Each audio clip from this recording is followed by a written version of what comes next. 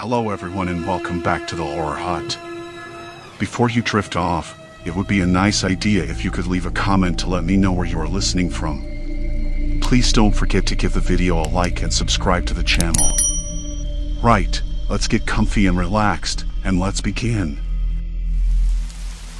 Story 1, Room 213, the Unlisted Motel Horror. The first thing I noticed was the smell.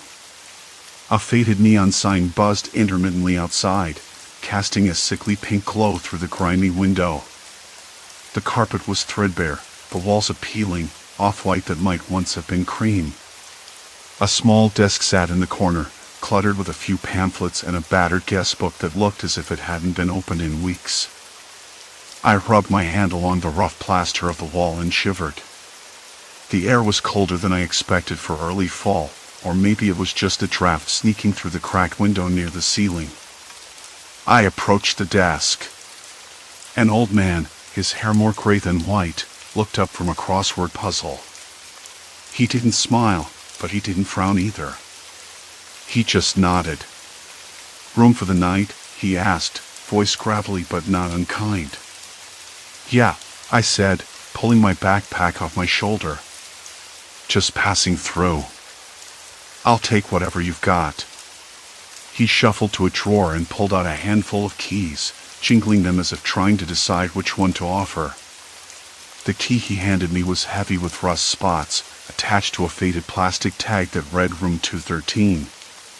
I glanced up at the peeling directory behind him. The second floor had rooms 201 through 212, then a stairwell. No mention of 213. I blinked, thinking I'd misread. "Room 213? I said, trying to keep my voice steady. "Yep. Just down the hall, second door on your left," he said. "We added a little extra space last year. Not on the map yet." I nodded slowly, intrigued despite myself. An unlisted room? That was unusual, but I wasn't about to argue. I paid cash, the notes feeling heavy and foreign in my palm, then made my way toward the staircase. The stairs creaked underfoot, each step a protest against the weight of years. The hallway was dim, lit by flickering fluorescent tubes that buzzed overhead. The wallpaper was a faded floral pattern, peeling at the corners and stained with watermarks. The air smelled the same as the lobby, damp, cold, a hint of something metallic I couldn't place. Room 213 was just where he said it would be. The door looked older than the others, the paint chipped and scratched. I slid the key into the lock. It resisted for a moment, then turned with a reluctant click. Inside, the room was smaller than I expected. A single bed with a stained blanket, a rickety wooden chair, and a small nightstand with a lamp that buzzed when I flipped the switch. The window was cracked open slightly, letting in a breeze that smelled faintly of wet earth and distant traffic. I dropped my bag on the floor and sat on the bed, running my hands over the rough fabric of the blanket. The room felt colder than the hallway. I pulled out my phone. No signal. Typical. The motel was miles from anything resembling a town, surrounded mostly by scrubland and a few scraggly trees. I unpacked a little, then decided to stretch my legs. The room still felt cramped, and I wanted to get a sense of the place. The hallway outside was empty, silent except for the low hum of the fluorescent lights. I pulled the motel map from the wall, a faded sheet of paper with a simple floor plan, and frowned. Room 213 wasn't on it. The second floor ended at 212. Curious, I stepped back into the hall and looked both ways. The stretch of doors was exactly what the map showed. I counted 201, 202, 203, all the way to 212. Number 213. I pressed my ear to the door of 213. Nothing. No voices, no movement. Just quiet. Maybe the old man was right. Maybe it was just a makeshift room, carved out in a space no one cared to document. I shrugged and turned to head back. That's when I noticed something else. It always seemed different. Not physically different, exactly, but the space felt off. The light seemed dimmer, the air, cold and heavy with silence heavier. I took a few steps, then stopped. The wallpaper pattern didn't quite match what I remembered. The floral print was the same, but some of the stains were gone, replaced by others in different places. The cracks in the plaster seemed to have shifted. I blinked hard. I shook my head, telling myself it was just a flickering light playing tricks. I'd been driving all day, probably more tired than I thought. I pulled out the map again and compared it to the hallway. The doors on the right side were definitely 201 through 212. But on the left, the hallway seemed to stretch farther than it should. There were more doors than the map showed, some with no numbers at all. I tried the nearest door on the left. Locked. The next one down was locked too. I walked further, noting the odd silence. No hum from the lights here, no buzzing. Just a dead quiet that pressed against my ears. I stopped at the last door on the left. No number. The door was painted a dull gray, nothing like the others. The lock looked newer, shiny and without rust. I reached out, fingers trembling. Before I could touch it, a noise echoed from somewhere behind me, a faint scraping sound, like metal on concrete. I whipped around. The hallway behind me stretched empty and dim. No one there. My breath hitched. I told myself it was just the old pipes or maybe a loose hinge somewhere. I turned back to the gray door. It didn't budge when I tried the handle. I stepped back, heart thudding in my chest. This place was full of little oddities. I decided to head back to my room, but the hallway had changed again. The doors I'd passed moments ago looked unfamiliar.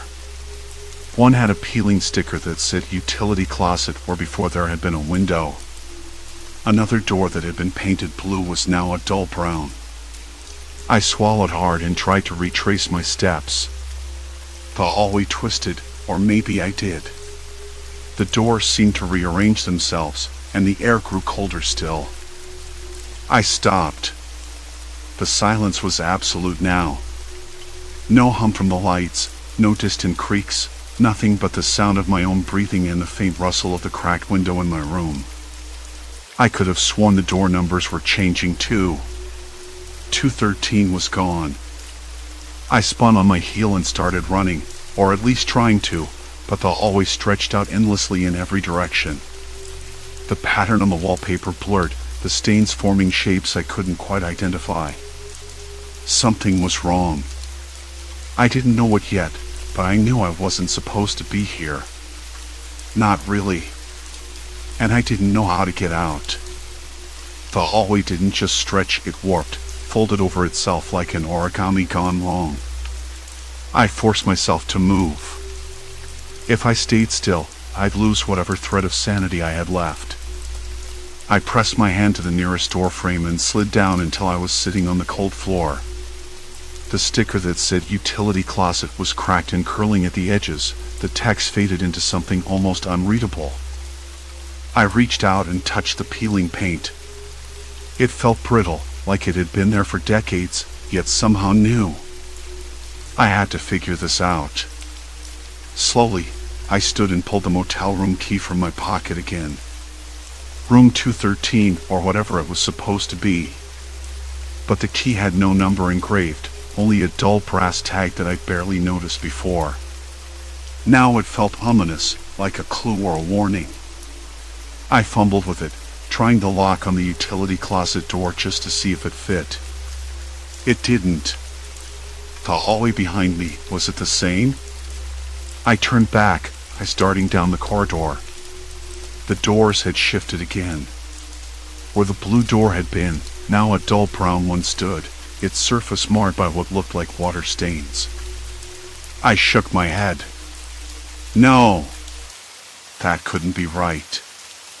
I took a deep breath, trying to clear the fog of panic clouding my mind. I needed a plan. Running around like a headless chicken wasn't going to get me out of here. I pulled out my phone, heart sinking when I realized the signal was gone. No bars. Nothing. The air smelled stale, like damp plaster and something else, something faintly metallic. I caught the scent of mold too, low and sour beneath it all. I crinkled my nose, wondering how a place like this was still open. I decided to map the hallways. Forcing myself to focus, I started walking, counting doors on each side, making mental notes of the numbers. Except every door number was wrong or missing entirely. 208 turned into 310, then 104, then back again. The numbers made no sense. There was a small vent near the ceiling that I hadn't noticed before, its grill rusted and bent. I crouched to peer inside, but it was pitch black beyond the slats. The faintest draft stirred my hair. A whisper of air, like a breath exhaled just beyond reach. "Hello?" I called softly. My voice sounded strange, too loud, too hollow, and I immediately regretted breaking the silence. No answer. Only the dull hum of silence pressing back. I kept moving, turning corners that didn't align with the floor plans pinned in the reception area. Hallways looped back on themselves. Doors I'd passed moments ago appeared in different places. I tried each handle. Locked. Locked. Locked. One door was slightly ajar, just a crack, but when I pushed, a wall of darkness blocked the threshold. No light, no depth. Like the door led to nowhere. I swallowed hard. The hallway behind me shifted again. A faint clicking sound echoed far off, but definitely mechanical. The fluorescent light above flickered erratically, casting long shadows that danced along the walls. My skin prickled. I wanted to turn back, but the path I'd come from had vanished. I stopped, pressing my back against the wall. The air was colder here, biting at my exposed neck. I tucked my arms around myself, the fabric of my shirt suddenly damp with sweat. I tried to calm my breathing, counting silently. 1, 2, 3. Nothing. Then, faint footsteps. Slow. Deliberate. Too steady. I froze. My eyes darted down the hall. No one. No one should be here. The motel was nearly empty, at least, that's what I'd been told. Maybe I wasn't alone. Maybe I never had been. Heart hammering, I edged toward the nearest door, the one labeled maintenance. The key didn't fit, but the door wasn't locked. I pushed the handle. The door opened just enough to slip inside. The room was cramped, filled with cleaning supplies and a battered metal cart. The fluorescent bulb buzzed weakly overhead. I grabbed a rag, wiped off the counter, and found a small clipboard pinned to the wall. It was a schedule log, dates, times, and cryptic notes in a messy scrawl. Check West Wing doors, one entry read. Another said, strange noises near room 310. Last one was dated 2 days ago. Strange noises? Room 310? But that room didn't exist on the floor plan. I sank down on the floor, clipboard in hand, and tried to make sense of it. The notes were scratched out in places, but the handwriting was the same throughout. Whoever had written this was keeping tabs. On what, exactly? And why? A sudden creak made me jump. The door handle rattled. I pressed my body against the door frame, holding my breath. "Hey," a voice called, rough and low. "You lost?" I blinked. I hadn't noticed anyone approach. The voice was close, too close. "I know," I said, voice shaky. I'm just trying to find my room. Room 213? The voice was cautious, almost wary. Yes. I didn't want to sound suspicious, but I couldn't lie. Not here. A figure stepped into the doorway, a man in his late 40s, face shadowed by a baseball cap. His eyes flicked to the clipboard in my hands. You shouldn't be in here, he said, voice quieter now. This place. It's not what it seems. I swallowed. What do you mean? He hesitated, then motioned for me to follow him. Come with me. I'll explain. I wanted to say no, to bolt down the endless hallways, but something in his tone told me I didn't have a choice. The desperation in his eyes mirrored my own. We stepped into the hallway, the door closing behind us with a soft click. The fluorescent lights flickered again, casting the walls in that sickly yellow glow. I've been here a long time, he said, voice low as we walked. Longer than I wanted. The motel's got secrets, and it's got people who want to keep them. People? I echoed, heart skipping. He nodded grimly. Not ghosts. Not monsters. People. Men who watch. Who control. The air grew heavier with each word. I felt the weight of unseen eyes pressing in. I wanted to ask more, but the maze shifted again, the walls bending, twisting like a living thing. And then I heard it, a faint, distant whisper. Not words, just breath. Coming closer. I stopped. The man did too. Did you hear that? I whispered. He nodded. They're here. The hallway around us darkened, swallowing the dim light that cast long, dancing shadows. And the real nightmare was just beginning. The whisper faded, swallowed by the thick, stale air hanging in that corridor. They're watching, he said quietly, voice barely above the hum of the flickering lights. Not just us. Everyone who comes here.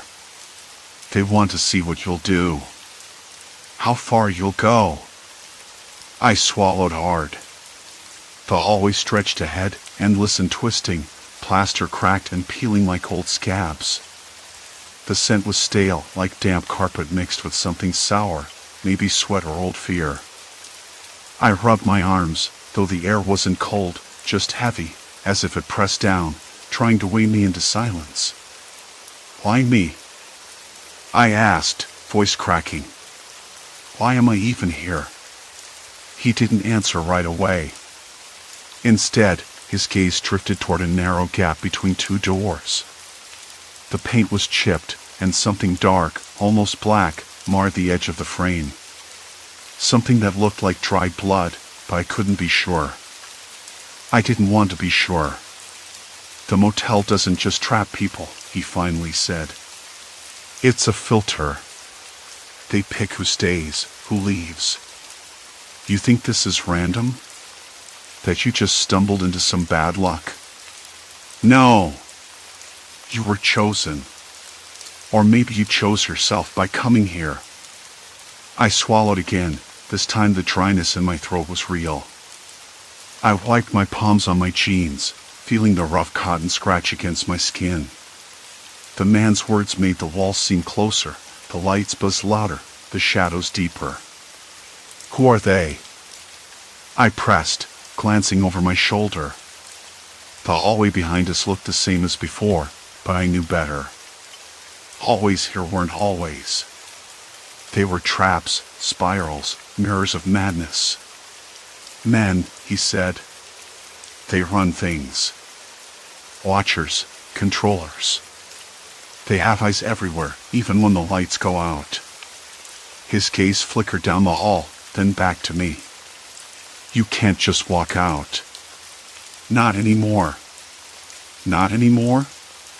My voice cracked again, disbelief bleeding in. Yes. He took a slow breath, like he was steadying himself against some invisible weight. When you passed through that door, you crossed a point of no return. The motel's corridors aren't just walls and floors. They're rules. And you broke the rules. I felt it then, an uncomfortable tightening in my chest, a quickening pulse that made my hands tremble. I wanted to argue, to deny it, but the truth was undeniable. Every hallway I tried led deeper into the maze. Every exit was a dead end or locked tight. The room number on my key, the one that wasn't on any floor plan, wasn't a mistake. It was a trap. What happens now? I whispered. He didn't answer, just stepped forward, his footsteps soft but purposeful against the cracked linoleum. The flickering light overhead sputtered, threatening to die, and the shadows seemed to stretch, reaching for us with fingers of darkness.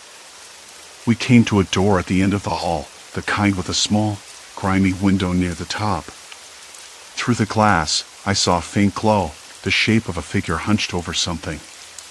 The man reached out and rapped his knuckles sharply. A voice responded from inside, low, cautious. "Who's there?" The man's eyes narrowed. "We need to talk." The door creaked open, revealing a woman with pale skin stretched tight over sharp cheekbones. Her eyes darted nervously between us, and her lips pressed into a thin line. "You shouldn't be here," she said, voice trembling. "They're watching. Always watching." "Tell me," I blurted, stepping forward despite the knot in my stomach. "What is this place? Why are we trapped?" She swallowed hard, glancing back down the hallway like expecting something terrible to appear. "It's not just a motel. It's a holding ground. For people who've lost everything or who've been taken for reasons they don't understand. And the watchers, they don't let anyone leave without a price." I stared at her, the weight of her words settling in. "A price?" Her eyes flicked to the man beside me, who nodded grimly. "Some never pay. They disappear. Others, well, they change." The hallway around us seemed to pulse with the hum of unseen machinery, or maybe just the motel's old wiring straining under years of neglect. I realized then that this wasn't just a place to sleep. This was a cage. And we were the inmates. I wanted to back away, to run, but my feet felt heavy, as if the floor itself was pulling me deeper into the labyrinth. The woman stepped aside, her eyes warning me not to trust the silence, the shadows, or the promises of escape. "We have to move," the man said abruptly, breaking the tense stillness. "They're coming." Before I could ask who, or why, or how, the distant whisper came again, closer this time, threading through the air like a breath on my neck. A soft shuffle on the cracked tile. The woman's face went pale. "We don't have much time." I swallowed hard, the taste of dust and fear thick on my tongue. Every instinct screamed to run, but I was already too far in. The walls, the locked doors, the watchers, they had me. And now, I had to find a way through or be lost to this place forever. The door slammed shut behind us with a finality that echoed through the corridor. There was no turning back. No safe exit. Only forward. And whatever waited in the shadows was coming for us next. My heart pounded as footsteps drew nearer, shadows lengthening with every breath. The footsteps came closer. "We don't have much time," the woman repeated, voice low but urgent. The man's hand brushed my arm, brief, almost hesitant, and I realized it was the first human contact I'd had in hours. It felt grounding, but only just. The corridor stretched ahead, a tunnel of cracked plaster and peeling paint, lit by a single fluorescent bulb that flickered weakly, buzzing like a swarm of angry flies. I could smell something sour, stale sweat mixed with the faint odor of mildew and something else, metallic and sharp, like iron but distant enough to tease the senses. "Who's coming?" I whispered, my voice barely carrying past the walls. The man glanced back, eyes dark pools of worry. They don't want us out. I blinked. Who? He shook his head. No time. Just move. I wanted to argue, to ask what I'd gotten myself into, but the sound was closer now, a soft shuffling, like someone dragging their feet carefully, deliberately, just beyond the bend.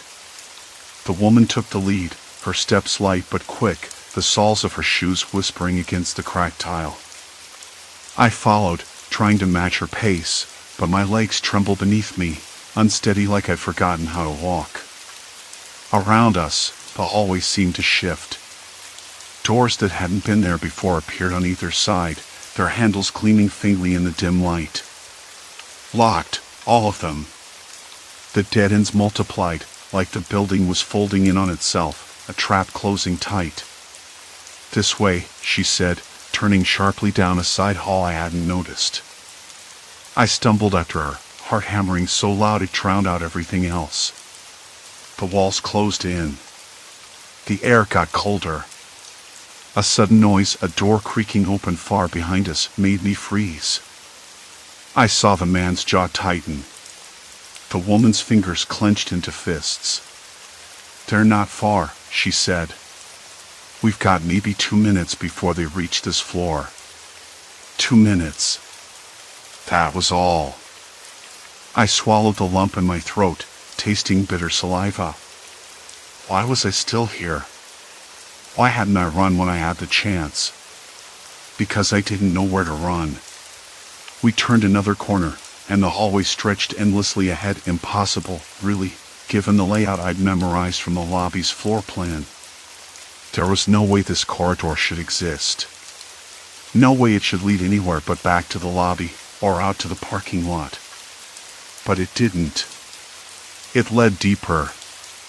I glanced at the key in my hand, cold metal pressed against my palm. Room 217. The number that didn't exist. The number that had pulled me into this nightmare. Do you think they know about the key? I asked, voice barely audible. The man looked over, eyes narrowing. They're interested in everything that moves. Keys, faces, mistakes. Mistakes. That word echoed in my mind. We stopped at a door, heavy and scarred. The woman pressed her ear against it, then shook her head. No one there. The man exhaled sharply. We can't stay. We have to move. I nodded, though my legs felt like they were filled with lead. The woman pulled a small flashlight from her jacket pocket and clicked it on, the beam cutting through the darkness like an item. Follow me, she whispered. We moved again. The flashlight revealed peeling wallpaper, jagged cracks in the plaster, and the odd scrawl of faded graffiti letters and numbers that didn't mean anything to me but felt like clues left by someone else trapped here before. The air smelled of damp concrete and something else, oil, maybe, or gasoline. There was an acrid tang at the back of my throat, and I rubbed my nose, trying to clear it. Suddenly, the flashlight flickered and died. Silence. Complete silence. I blinked, trying to adjust to the dark. The woman cursed softly, clicking the flashlight on again. It sputtered to life, but dimmer this time, casting long shadows that danced on the walls. Stay close, she said. A sound. Footsteps. Faster now. Closer. I felt the man's hand grip my shoulder, firm and grounding. They're here, he said. I fought the urge to bolt, to throw myself into the first open door or down the stairs or through a window if necessary. But the doors were locked. All of them. The woman's voice cut through the tension. One of us distracts them. The rest get to the stairs. I turned to her, eyes wide. Me? She nodded. You have the key. They want it. You're the bait. My stomach twisted. There has to be another way. No, she said firmly. We don't have time. You'll be okay." I wanted to scream that I wouldn't be okay. I wanted to beg her not to send me out there alone. But the footsteps were almost at the corner now. "Go," the man urged, shoving me toward a door at the end of the hall. I hesitated, then slipped inside. The room was pitch black except for a faint sliver of light from a cracked window near the ceiling. The smell hit me first, sharp, chemical, like bleach mixed with something rotten. I pressed my back against the cold wall, key clutched tightly in my hand, and tried to steady my breathing. Outside, the footsteps slowed, then stopped. Silence. Then a voice. Low, calm, but with an edge that sent a shiver down my spine. "Room 217, it said. I swallowed hard. "Who's there?" No answer. My heart thudded painfully, my palms slick with sweat. I scanned the room, with its faint smell of dust and decay, trying to find anything I could use to protect myself or to barricade the door. There was a broken chair, a cracked mirror, a dresser with one drawer hanging open. The door handle rattled. I stepped back, breath catching as the knob turned slowly. The door creaked open. A figure stepped inside. Tall, wearing a dark jacket, face obscured by shadow. "Got something that belongs to us," the voice said again, colder this time. I tightened my grip on the key, every nerve screaming. "Give it back," the figure said. And in that moment, I realized I didn't have a choice. Because this wasn't about a room number or a key anymore. It was about survival. And I had to outwit whoever or whatever was hunting me. The door slammed shut behind us, and the room plunged into darkness once more. The hallway was cold. Not just the temperature, not the kind of chill you get from an open window or a busted heater, but a cold that settled deep into your bones, like you were standing inside something that wasn't meant for people at all. I stood there, the key in my palm suddenly feeling heavier, almost as if it absorbed the cold from the rusty metal beneath my fingers. The flickering overhead light buzzed again, its feeble glow casting jittery shadows along the cracked plaster walls, the texture rough and peeling like old scabs. I'd been wandering these endless corridors for hours, or maybe just minutes. Time had stopped making sense somewhere between the third and fourth turn, where the wallpaper curled away from the walls in strips, revealing dark, damp patches that smelled like forgotten basements and mold. I tried to remember how I got here, but my thoughts tangled and slipped away as quickly as they came. The keys for room 117 didn't exist, that much was clear, and neither did any floor plan that matched this place. I checked the lobby twice, even showed the front desk clerk the key, but he just blinked at me like I was speaking a different language. I wasn't sure if he was confused or pretending not to understand. Neither option was comforting. I leaned against a door, pressing the rough wood to my cheek. It was cold, but solid. Locked, of course. Every door was locked.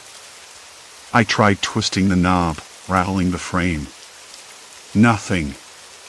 The sound of my own breathing seemed harsh and loud in the silence. I swallowed, tasting the stale, musty air like it had been trapped here since the motel was built. A sudden noise made me freeze. Footsteps. Slow, deliberate. Not my own. Somewhere down the hall, past the bend where the light flickered worst, a door opened with a creak. Then footsteps again, soft but unmistakable. I swallowed hard, the lump in my throat growing. "Hello?" My voice cracked like a dry twig breaking. No answer. I could have run. I wanted to. But where? Every hallway led me deeper into this maze of locked doors and dead ends. The walls seemed to close in. The smell of mildew mixed with dust and something else, something faintly metallic. Blood? No, I thought. I refused to let my mind go there. I started walking toward the sound, my hands trembling so badly I had to grip the key tightly to keep from dropping it. The footsteps stopped. Silence. Complete silence. Then, a voice. Low, steady, but close. You shouldn't be here. I wanted to scream, run, do anything. But my legs felt like they were made of lead. Who's there? I asked, trying to keep my voice calm. A shadow moved around the corner, a man. Mid-30s, I guessed, with dark circles under his eyes and a face that was tired in a way that made it hard to look away. He didn't smile. You need to leave. Now. Why? I kept my voice steady, though my heart pounded like it wanted to escape my chest. What is this place? Why doesn't room 117 exist? He sighed, rubbing a hand over his face. Because it's not supposed to. This floor, this wing, people don't stay here. Not really. His eyes flicked down the hall, like he was expecting someone else. I wanted to press him for answers, but something about the way he looked made me hesitate. There was exhaustion, but also fear. A warning. Look, he said finally, voice low. I'm going to take you out of here. But you have to trust me. Don't stop. Don't look back. I nodded, though every instinct screamed to run in the opposite direction. We moved quickly, his hand brushing mine to guide me around sharp corners and past doors that seemed to watch us with silent, locked eyes. The air grew warmer as we neared what felt like the lobby again, but it was different now, less decayed, somehow, like a faded memory trying to come back into focus. Outside, the sun was setting. The sky bled red and orange, casting long shadows over the cracked pavement and the overgrown weeds strangling the parking lot.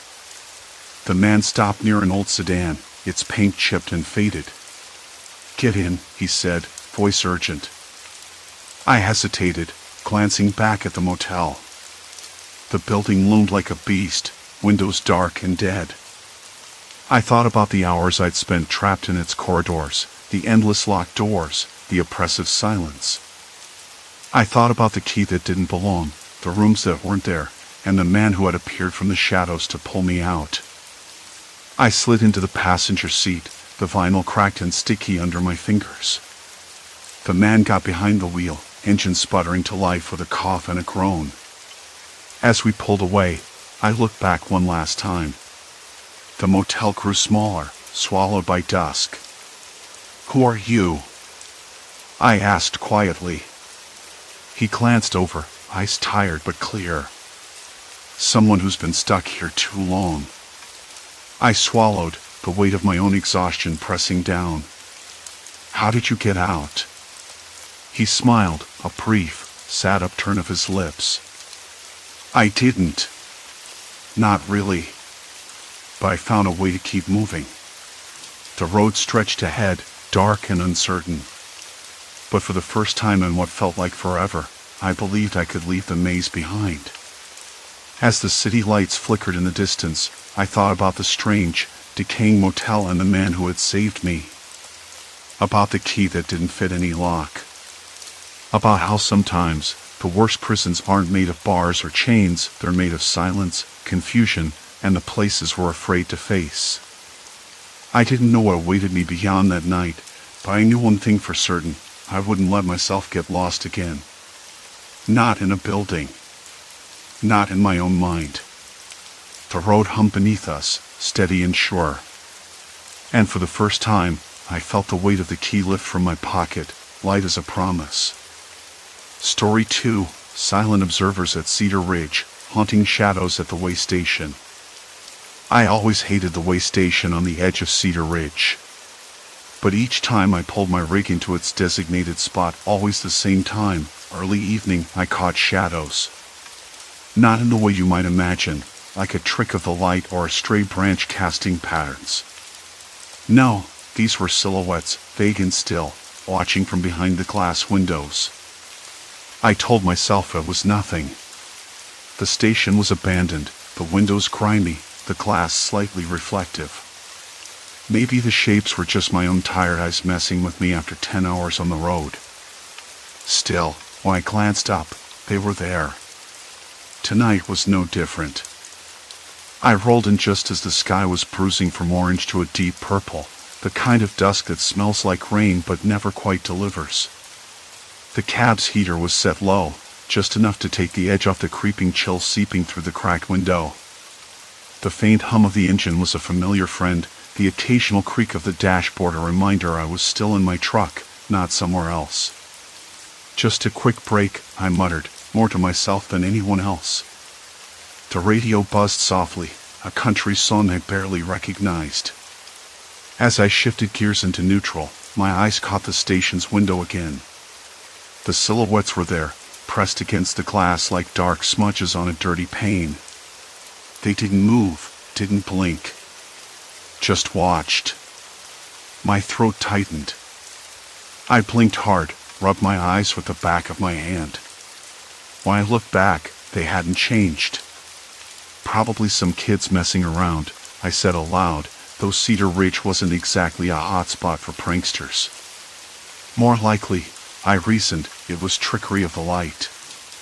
Maybe the reflection of the dashboard, my own shadow. I leaned forward, squinting harder, trying to catch a detail, a collar, a hat, a face, but the shapes were stubbornly vague.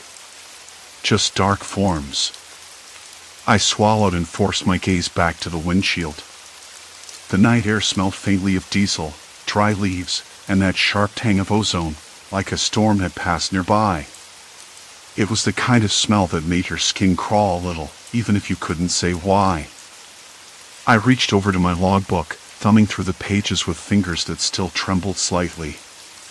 Nothing unusual there. The hours logged, the routes taken, the miles covered, everything matched what I remembered. At least, it did today. Yesterday's entries, though, gave me pause. 3 hours recorded that I couldn't place. No stops, no rest breaks, no notes. Just blank stretches of time filled with driving miles I had no memory of accumulating.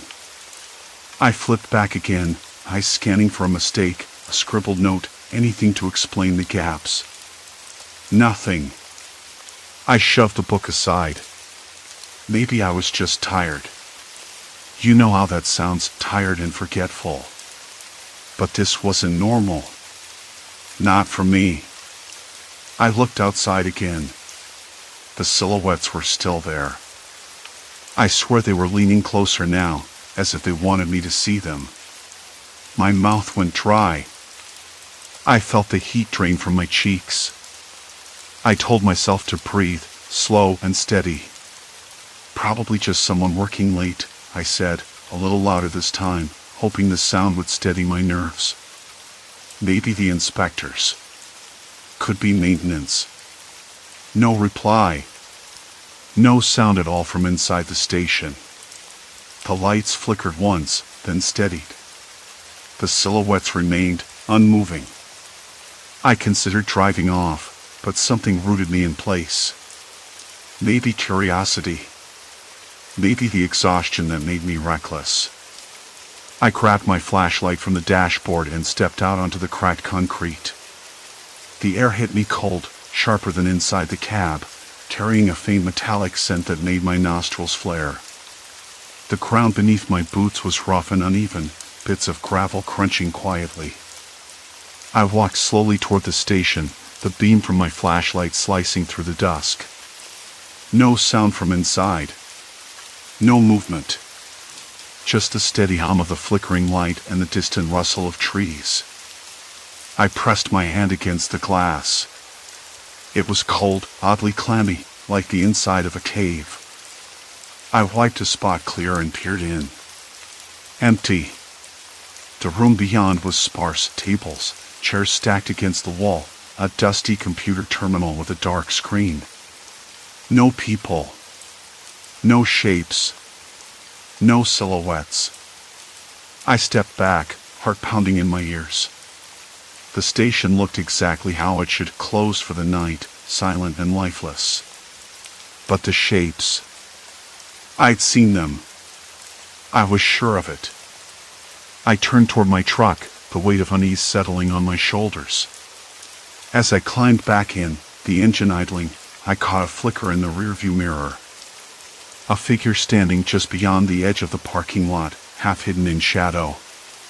The kind of figure that doesn't wave or call out, just watches. I blinked, and it was gone. Back inside, I flipped open the logbook again.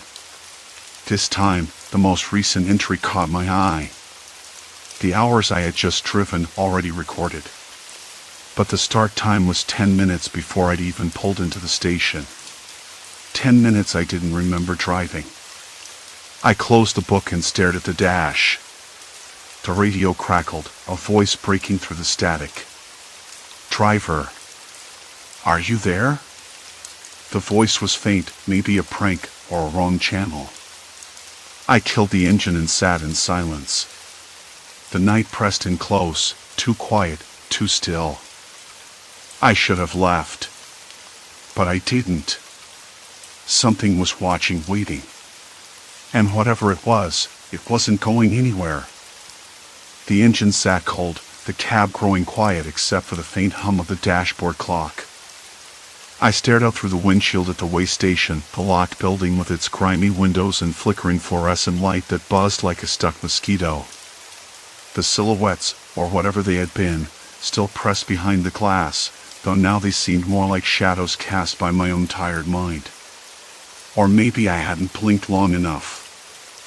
I rubbed my eyes, tasting the stale air inside the truck. A faint scent of burnt coffee lingered, mixed with the faint metallic tang of the dashboard. I had driven miles on that same cup, and it was probably more sludge than coffee by now. My hands trembled slightly, either from the cold or something else I didn't want to name. "Driver, are you there?" The radio crackled again, low and distant, the voice almost swallowed by static. I hit the button. "Yeah," I said, voice rough as gravel. "Who's this?" No reply. Just a few moments of static, then silence. I shut it off. Something wasn't right. I knew it. That logbook entry, 10 minutes of driving I couldn't remember, had to mean something. Maybe I'd nodded off. But I was too keyed up for that. Something was watching me, waiting, and I was running out of reasons to ignore it. I pulled out my phone. No signal. Not surprising, but still frustrating. The way station sat in the middle of nowhere, the kind of place where the only neighbors were rattlesnakes and tumbleweeds. The night air pressed in, cold and sharp, smelling faintly of dust and diesel fumes. I shivered and looked back toward the station. The silhouettes had vanished. I could tell myself it was just my imagination. I even tried. But the evidence was piling up too fast to write off. The next morning, I woke up stiff and sore in the truck's sleeper cab. The sun was barely cresting the horizon, painting the sky with bruised shades of purple and orange. I yawned and rolled over, my fingers brushing the logbook on the dash. The ink numbers were still fresh, the recent entry mocking me with its certainty. Hours of driving I couldn't recall, routes I didn't remember taking. I flipped through the pages, my eyes scanning the neat handwriting for any clue. The entries didn't match what I knew. Time shifted, mileage jumped backward and forward like a broken record. I tried to shake the fog from my brain, but it stuck like tar. I needed help. I called my friend Andy, a mechanic who knew trucks better than anyone I'd ever met. If there was something wrong with the rig, he'd find it. He picked up after the second ring, his voice warm and tired. "Hey, man. What's up?" "Andy, I need you to check my truck. Something's off with the logbook." "I don't think it's me." There was a pause. "You sure you didn't just forget to log some hours?" "Happens all the time." "No," I said, tightening my grip on the phone. "I'm serious. The times don't match my memory." The truck's acting weird near the way station. I think someone's messing with me. Messing how? I hesitated. I can't explain it.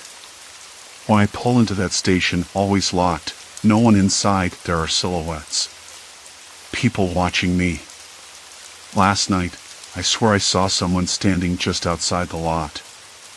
Then my logbook shows I was driving during hours I don't remember. Like someone else was behind the wheel. Andy laughed, but it sounded hollow. That's a hell of a story. I know, but I'm not making it up. Okay. I'll swing by. I'll bring my laptop, maybe check the truck's computer logs. We'll see if it's some glitch or something. I hung up, feeling a flicker of relief. At least I wasn't alone. Still, the knot in my stomach tightened. By mid-afternoon, Andy pulled up in his beat-up pickup, dust trailing behind him like a comet's tail. He climbed into the cab, eyes sharp behind his thick glasses, already scanning the truck's interior. "All right," he said, cracking his knuckles. "Show me this logbook." I handed it over, watching him pore over the entries. His brow furrowed. "Definitely some weird stuff here," he muttered. "Look at this times overlap. Some of these miles don't add up." "What do you think?" I asked, voice low. "Could be a software glitch in the electronic logging device," he said, tapping the screen. "But the manual entries are off too." We spent the next hour running diagnostics, Andy's fingers flying across the keys of his laptop, the truck's engine humming softly with the AC on. Outside, the sun dipped low, casting long shadows across the cracked asphalt. "Any sign of tampering?" I asked.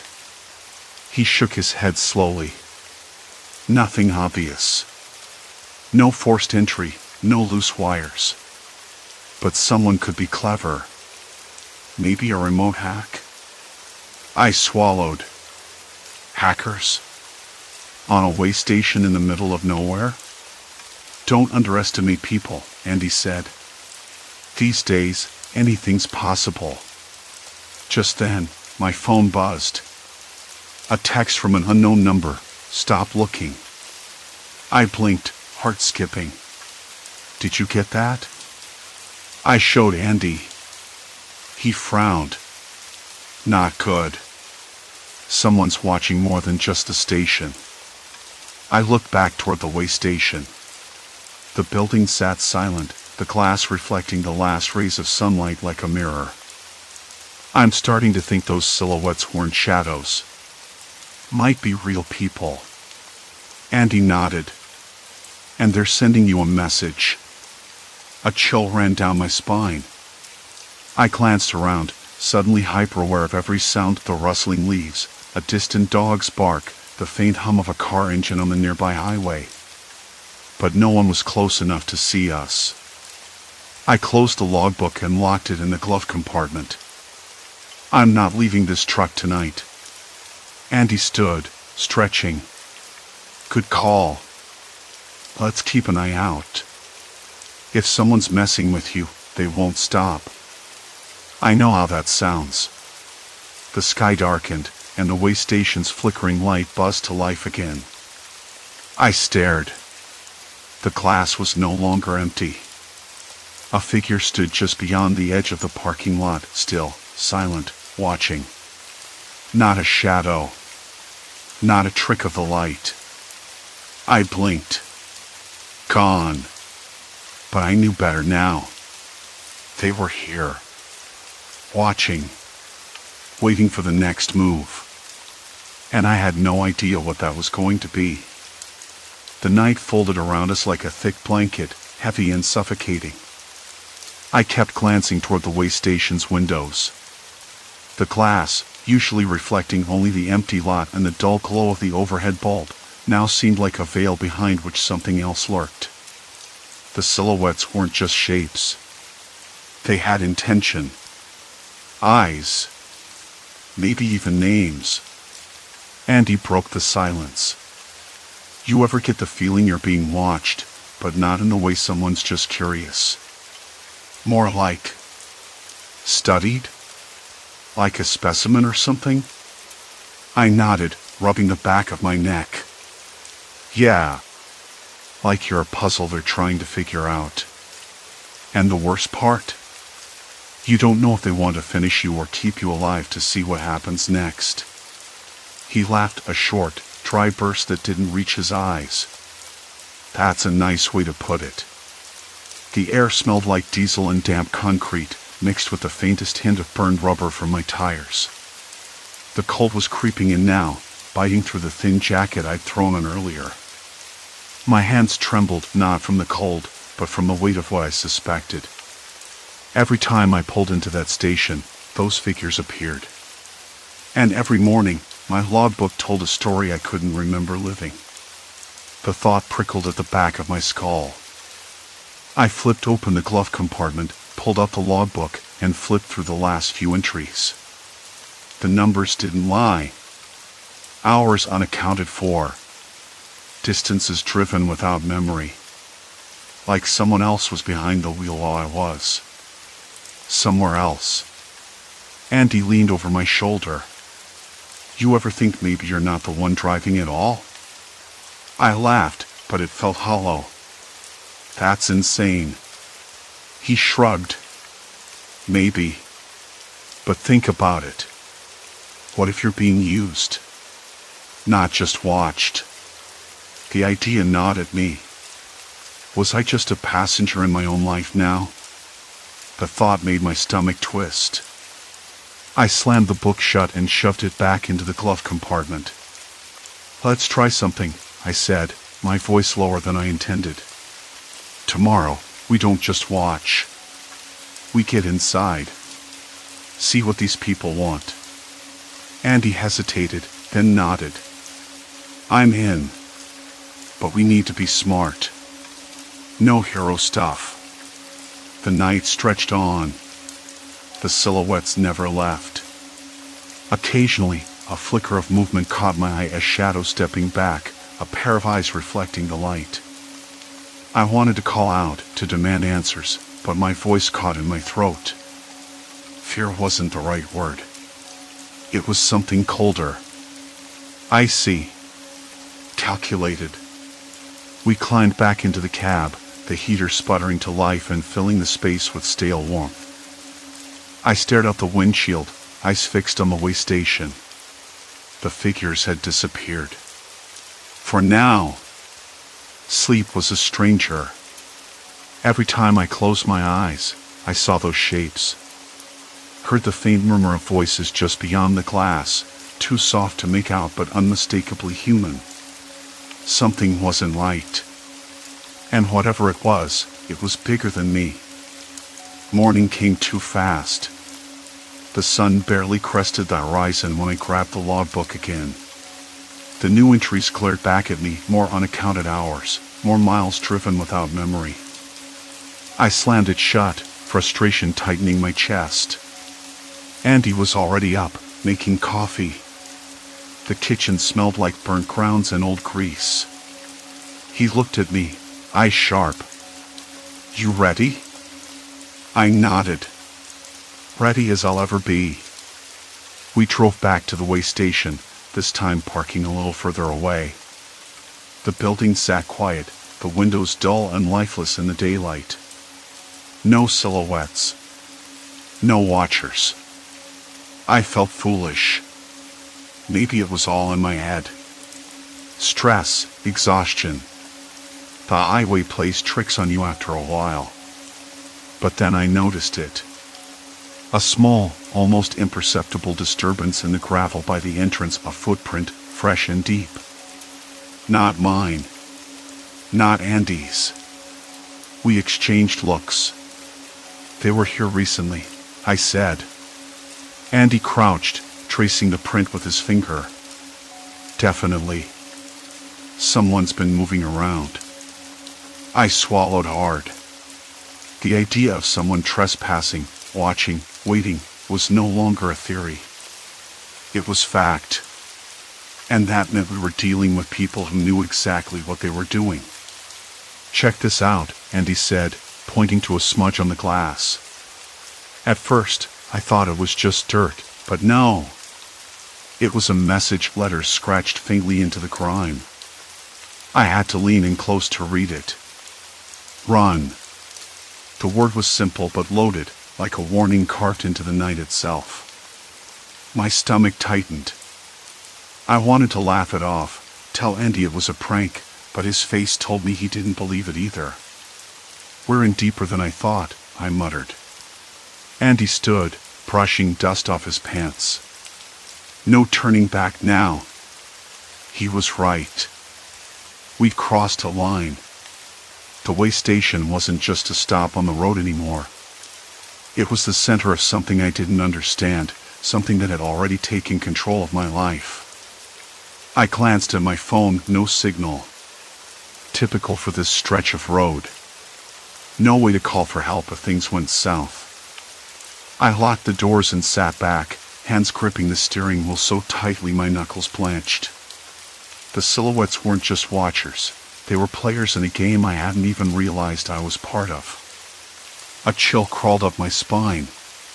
And then the truck's radio crackled to life, static flooding the cab before a voice broke through, low, distorted, almost a whisper. "Don't. Stop. Driving." I jerked the dial, but the message repeated, chillingly clear. Andy's eyes met mine. "You see, they want you moving. They don't want you to stay." I swallowed hard, heart pounding in my ears. The road stretched out ahead, empty and endless. Behind us, whatever had been watching was closing in. There was no turning back. Not now. Not ever. The radio crackled again, that same fractured whisper slicing through the static, "Don't." Andy's jaw tightened beside me. "They don't want you to stay," he said, eyes flicking toward the way station's darkened windows where the silhouettes lingered, unmoving, like shadows that had somehow found their way into the real world. I swallowed hard. My hands trembled on the wheel, the leather slick with sweat. The night air was thick and heavy, pressing against the cab like a weight I couldn't shrug off.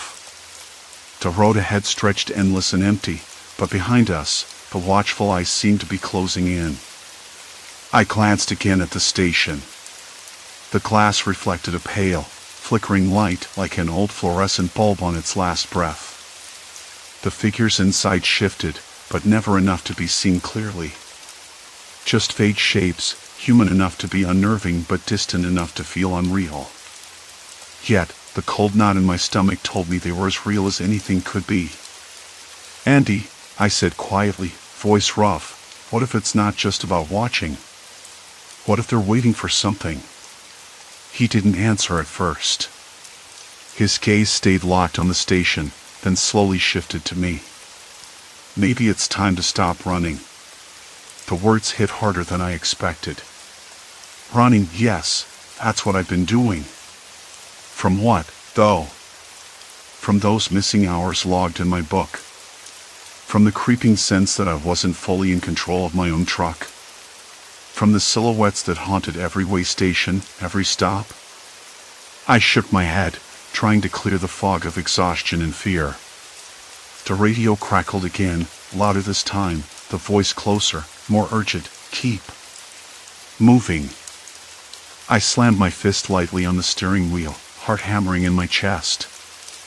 "I can't keep driving blindly," I said. "Not without knowing what's going on." Andy nodded, but his jaw was tight. "Then maybe it's time to find out."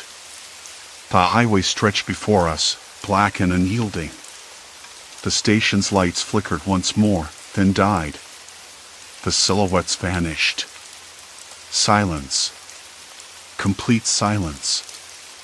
I killed the engine, the sudden quiet pressing against my ears like a physical thing. The cab felt colder, the stale smell of sweat and diesel mixing with something sharper, something metallic. I rubbed my hands on my jeans, the rough fabric grounding me. I glanced back at the way station. The class was dark and empty. No sign of anyone inside. I reached for my logbook, flipping through the pages. The entries from the last few days were a jumble, hours driven I couldn't remember, miles I wasn't sure I'd covered. The numbers didn't add up, and the more I stared, the more the lines seemed to blur. Andy broke the silence. You ever think maybe someone's messing with your head? Making you question what's real? I laughed, but it was hollow. That sounds crazy. But it's true, he said. Someone wants to control you. Control the truck. Control where you're going. I shivered, rubbing my arms. Who? Why? He hesitated. Maybe they're using the way stations. It's the only place you always stop, right? Always locked up, always empty by law. But they're there, watching. The thoughts settled over me like a fog. Watching, waiting, controlling. I swallowed hard, the taste bitter in my mouth. I looked down at the dashboard, the small clock blinking 2:17 a.m. The road was a black ribbon stretching ahead, but I couldn't bring myself to move. Andy's hand touched my arm. We need to figure this out before it's too late. I nodded, though I wasn't sure what this even was anymore. Suddenly, the truck's headlights caught movement by the edge of the station, something darting behind a rusted fence. My breath caught. I blinked, but the shape was gone. Did you see that? I asked. Andy squinted. Yeah. My heart slammed against my ribs. The silhouettes weren't just inside anymore. The radio crackled again, but this time the voice was different, a man's voice, low and steady. You're closer than you think. The words sent a shiver down my spine. Closer? Closer to what? Andy swallowed, voice low. We need to get out of here. I didn't argue. I fired up the engine, the roar echoing into the night.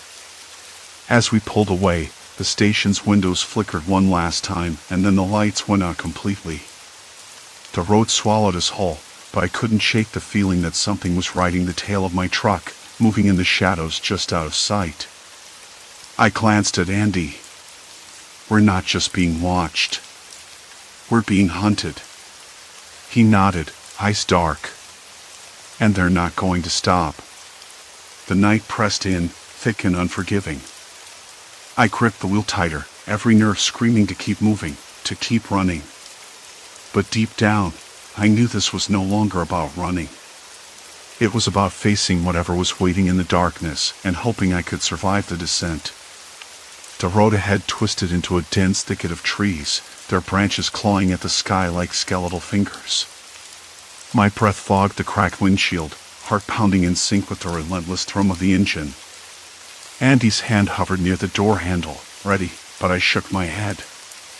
Not yet. We need to draw them out, make them show their cards. The air grew colder, charged with a menace that wasn't just in the night but in the very silence between us. The night didn't let up. The road narrowed ahead, hemmed in by those skeletal trees, branches scraping the sky like brittle fingers, casting long, twitching shadows in the weak glow of my headlights. The air was colder now, biting through the cracked window. Andy's hand rested lightly on the door handle, but I shook my head again, slow and deliberate. Not yet. The silence between us was thick, almost suffocating. I kept my eyes glued to the road, but my mind was elsewhere, on those silhouettes inside the way station, on the strange hours logged in my book, on the feeling that something was tailing us, just out of sight. We're not just being watched, I whispered, voice rough and low. We're being hunted. Andy didn't argue. His gaze was dark, steady. They're not going to stop. He exhaled, slow and steady, but I saw the tension in his jaw, the way his fingers twitched. The truck's engine hummed a steady drone beneath us, a small anchor in the vast dark. Every mile felt like a measured beat in a terrible rhythm. I wanted to keep moving, keep running, but deep down I knew this wasn't about running anymore. It was about facing whatever was lurking in the shadows and hoping I could make it through. The way station sat ahead, the old buildings dark under the moonlight, windows boarded were darkened by grime. But tonight, unlike all the other nights, that eerie feeling was sharper, more acute. The silhouettes were there, just as before, but this time I could see more than vague forms. Faces? Or just tricks of the dim light? I wasn't sure anymore. I killed the engine.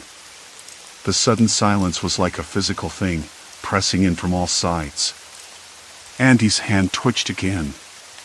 "What now?" he asked, barely more than a breath. I swallowed hard. We wait. We sat in the cab, the cold creeping in through the doors, the smell of oil and stale coffee thick around us. Every few seconds, I caught movement in the shadows of the station, figures shifting, watching. I could almost feel their eyes burning through the glass, cold and calculating. Minutes stretched. Then a voice, low, deliberate, not quite human but not entirely a whisper. "You don't belong here." I flinched, turning toward the door as if I could see the speaker through the glass. "Who's there?" My voice trembled despite myself. No answer. Just the silence and the soft scrape of boots on concrete. Andy's hand went to the radio, but I stopped him. "They want us out. They want us scared." I forced a laugh that tasted bitter. "Well, they've got one of us." The night dragged on. I thought about the logbook, those phantom hours I couldn't place, those miles I didn't remember driving. What if this had been going on longer than I realized? What if the shadows had been following me all along, slipping into my mind, into my memories? I thought about calling the police, but who would believe me? A trucker haunted by silhouettes in an empty way station, hours missing from his logbook. It sounded insane. And maybe it was. Then Andy said quietly, "Maybe it's not about what's out there. Maybe it's about what we're willing to see." I stared at him, the weight of those words settling in. Were we the prey? Or were we the ones who'd been looking the wrong way all along? The cold seeped deeper, and I realized I'd stopped shaking. The fear was still there, but it felt different now, less like a wild animal in my chest, more like a dull ache. A bruise I'd carry with me. Finally, I turned the key and the engine roared back to life. We pulled away from the way station, leaving those watching eyes behind. The next morning, sunlight spilled weakly through the truck's windshield. I reached for the logbook, fingers trembling slightly. The hours were there, marked, precise, but the gaps were gone. The phantom miles erased, or maybe finally understood. Andy was asleep in the passenger seat, breathing steady. I watched him for a long moment, the tension in his face softening. "We made it," I said, almost to myself. But the feeling lingered, the quiet knowledge that the night was never really empty, that the shadows never really left. That some part of me had changed, and nothing would ever be quite the same. I closed the logbook, the pages whispering shut. The road stretched out ahead, uncertain but open. And for the first time in a long time, I felt ready to face it. The radio crackled softly, a distant voice cutting through the hum of the engine. I turned the dial, catching fragments of a weather update, nothing threatening, just the usual unpredictability that came with nights like this. Outside, the trees swayed gently, their shapes blurring in the half-light as the world shifted between wakefulness and sleep. I glanced over, catching the faintest hint of a smile on his lips. It was subtle, almost imperceptible, but it spoke volumes. Relief, maybe. Or the fragile hope that this was the beginning of something better. The kind of hope that doesn't shout but whispers, persistent and quiet. The road ahead seemed endless, a ribbon of possibility unwinding beneath the stars. I felt the weight of what had passed, the echoes of old fears and deeper wounds, but also the stirrings of resilience. Somewhere between the miles and the memories, I found a strange sort of peace. The night held its secrets still, but I no longer felt the need to chase them down or run from them. Instead, I breathed in the cool air, steady and sure, ready to meet whatever came next. Story 3, Flicker Protocol, Reality Unraveling at Work. The hum of fluorescent lights was the first thing I noticed when I opened my eyes that morning, buzzing somewhere just beyond the edge of hearing. I rubbed my temples and sat up on the edge of my bed, staring out the window at the dull gray sky over the city. Rain was supposed to come later, though the air, cold and heavy with silence, already tasted faintly of wet concrete and something metallic. Maybe the city had been rinsed overnight. Maybe it was just the leftover dust on my tongue. I never could figure out which. I had the usual breakfast, a cup of black coffee that burned my tongue mildly and a stale bagel from the corner shop that was a little too chewy. The barista, a kid named Amir, always called me by the wrong name. Today it was Dave. I didn't correct him. Small mistakes like that felt comforting, predictable. By 8:45, I was trudging through the revolving doors of the corporate office on 17th Street. The lobby smelled faintly of lemon cleaner and old carpet. The usual crowd was there, people tapping on phones, clutching lattes, looking half asleep or overly alert, depending on how many hours they'd managed to steal from sleep. I liked to watch them, even if I never spoke to most of them. My desk was on the 5th floor, where the gray cubicles stretched out in a grid that never seemed to change. The walls were beige, scratched in places, with motivational posters peeling like old wallpaper. I sat down, booted up my computer, and the screen flickered to life with the same chirpy startup sound it always made. Somewhere off in the distance, the faint clatter of keyboards and the rustle of papers made a low symphony. That morning, everything moved at its usual, plodding pace. Emails piled up, meetings dragged on, the coffee machine in the break room sputtered with the familiar wheeze it had developed after years of use. The air smelled stale, a mix of recycled ventilation and someone's leftover tuna sandwich left too long in the fridge. I could taste the faint bitterness of anxiety, though I told myself it was normal, just the usual Monday grind. At about 11:12 a.m., the lights flickered once, twice, then surged with a sudden brightness that made my skin prickle.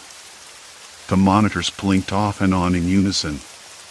A low, grinding sound echoed through the building's vents, like a distant machine straining under too much load. The office went quiet for a moment, save for the sharp tap of a chair scraping against the floor somewhere down the hall. Did anyone else feel that? I asked Taryn, my neighbor in the next cubicle. She didn't look up, just typed faster. I thought it was just the city grid, she said, voice clipped. Power surges happen. Nothing to worry about. But I wasn't convinced. The air felt thicker, somehow warmer, as if the building itself had inhaled and held its breath. I glanced around. The fluorescent lights buzzed unevenly, flickering awkwardly, casting odd shadows that shifted when I blinked. At lunch, I went to the break room, hoping a quick walk and some fresh air would clear my head. The hallway felt longer than usual. Maybe that was just the way my shoes echoed on the tile, or the fact that the walls seemed to lean in closer. I paused by the water cooler, watching my reflection ripple in the glass. My face looked tired, stranger than usual, like it belonged to someone else. I met Sarah in the kitchen. She was shuffling through papers, her brow furrowed. "Did you notice something weird this morning?" she asked, voice low. "Like what?" I said, sipping lukewarm water.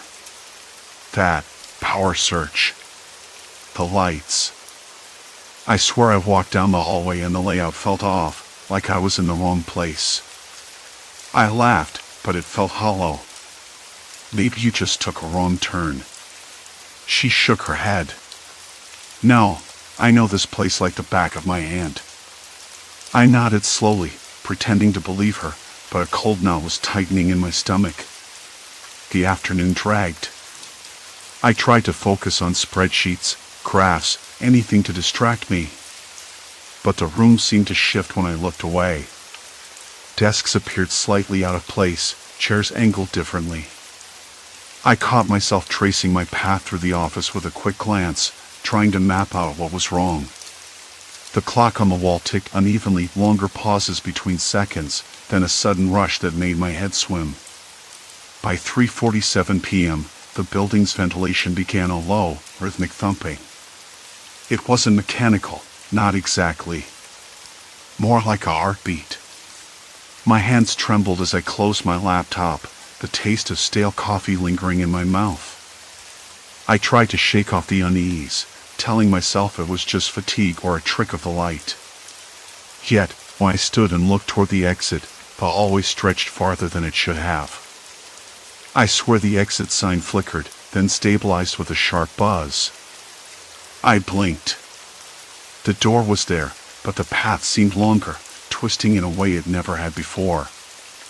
I approached cautiously, the smell of cleaning solvent sharp in my nose. My footsteps echoed strangely, too loud, too slow. I reached for the door handle, and it was cold. Not the usual smooth metal, but rough, almost textured, like sandpaper. I pulled back suddenly. Someone was watching. I could feel it, a presence that wasn't there before, a weight pressing against the back of my neck. I turned, scanning the hallway. No one. Hello? My voice sounded small, swallowed by the silence. No answer. The building hummed again, a low vibration beneath my feet, as if it had settled in for the night while the world outside carried on.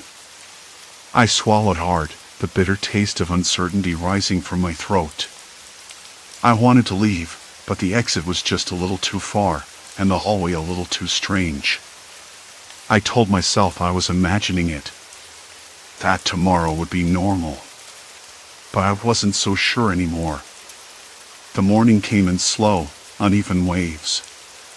The surge was supposed to be a one-off, a brief hiccup in the building's electrical system, nothing more. But I knew better. The building was shifting beneath our feet. Not literally, of course. Not in any way anyone else would admit to noticing. But the hallways had warped. The door handle had felt wrong, rough, abrasive, like sandpaper. And that silence afterward, it wasn't just quiet. It was oppressive. As if the building itself was holding its breath. I dressed quickly, the fabric of my shirt rough against my skin, too tight in the shoulders. The walk to the office was colder than usual, the air biting at my cheeks with an unexpected sharpness for early spring. The city was waking up around me, cars humming, people chatting on phone calls, the smell of fresh coffee and damp concrete hanging in the air. All normal. Too normal. Inside the building, the fluorescent lights flickered sporadically, casting long, jittery shadows across the lobby's polished tiles. The scent of cleaning solvent still lingered, sharp and clinical, as if the night shift had scrubbed away every trace of the previous day. I noticed the reception desk was unmanned, which was odd. Usually, there was always someone there by 8. Morning, I called out, my voice echoing weakly. No reply. I stepped toward the elevators, but paused. The hallway behind me felt off. It wasn't the same layout I'd walked the day before, or was it? I shook my head. Probably just nerves. The surge had rattled me more than I wanted to admit. Still, I decided to check the security office first. If anything was wrong, there'd be logs, reports, some record of the weirdness I'd felt. The security office was down the hall, past the conference rooms that smelled faintly of burnt coffee and stale air. The door was ajar, a little too inviting. Inside, the monitors flickered with grainy footage, most of it from yesterday. I leaned in, scanning the feeds for anything unusual. but the cameras all showed standard office activity, workers milling about, chatting, sitting at desks. Then I saw something strange, a hallway on one screen that shouldn't exist. It was narrow, dimly lit, and empty. No one had walked down it all day. The timestamp flicked erratically, jumping forward and backward by several minutes. That wasn't possible. The door on the screen looked familiar, but not like any door I'd passed before. I frowned and tapped the screen, my finger leaving a cool smudge on the glass. Was the building rearranging itself? I blinked and the image snapped back to a normal conference room. "Hey," a voice said behind me, sharp and cautious. I turned. It was Lisa from accounting. Her face was pale, eyes darting around the room like she expected something to jump out at her. "You saw it too, right? The hallways last night?"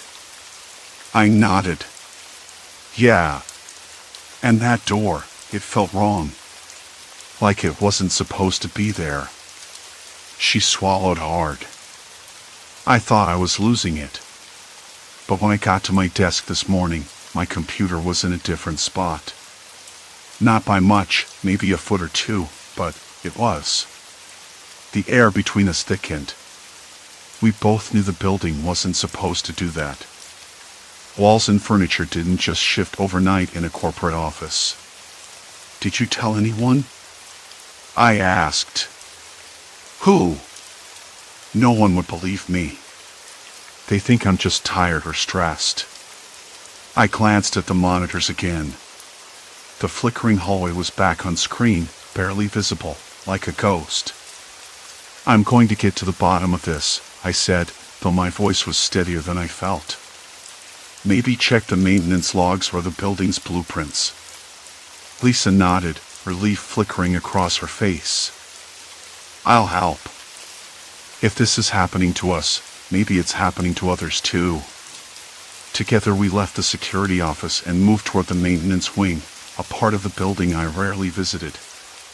The corridors here were colder, the walls lined with pipes and panels covered in peeling paint. The smell was different, damp and metallic, with a faint trace of something burnt. The fluorescent bulbs buzzed overhead, some flickering erratically. I ran my hand along the rough plaster wall, feeling the texture shift unexpectedly beneath my fingertips. A shiver ran down my spine. We found the maintenance supervisor, a grizzled man named Jenkins, hunched over a tablet, his brow furrowed deeply. He looked up as we approached. "Can I help you?" Jenkins asked, voice gravelly. "We're looking into the power surge from last night," I said.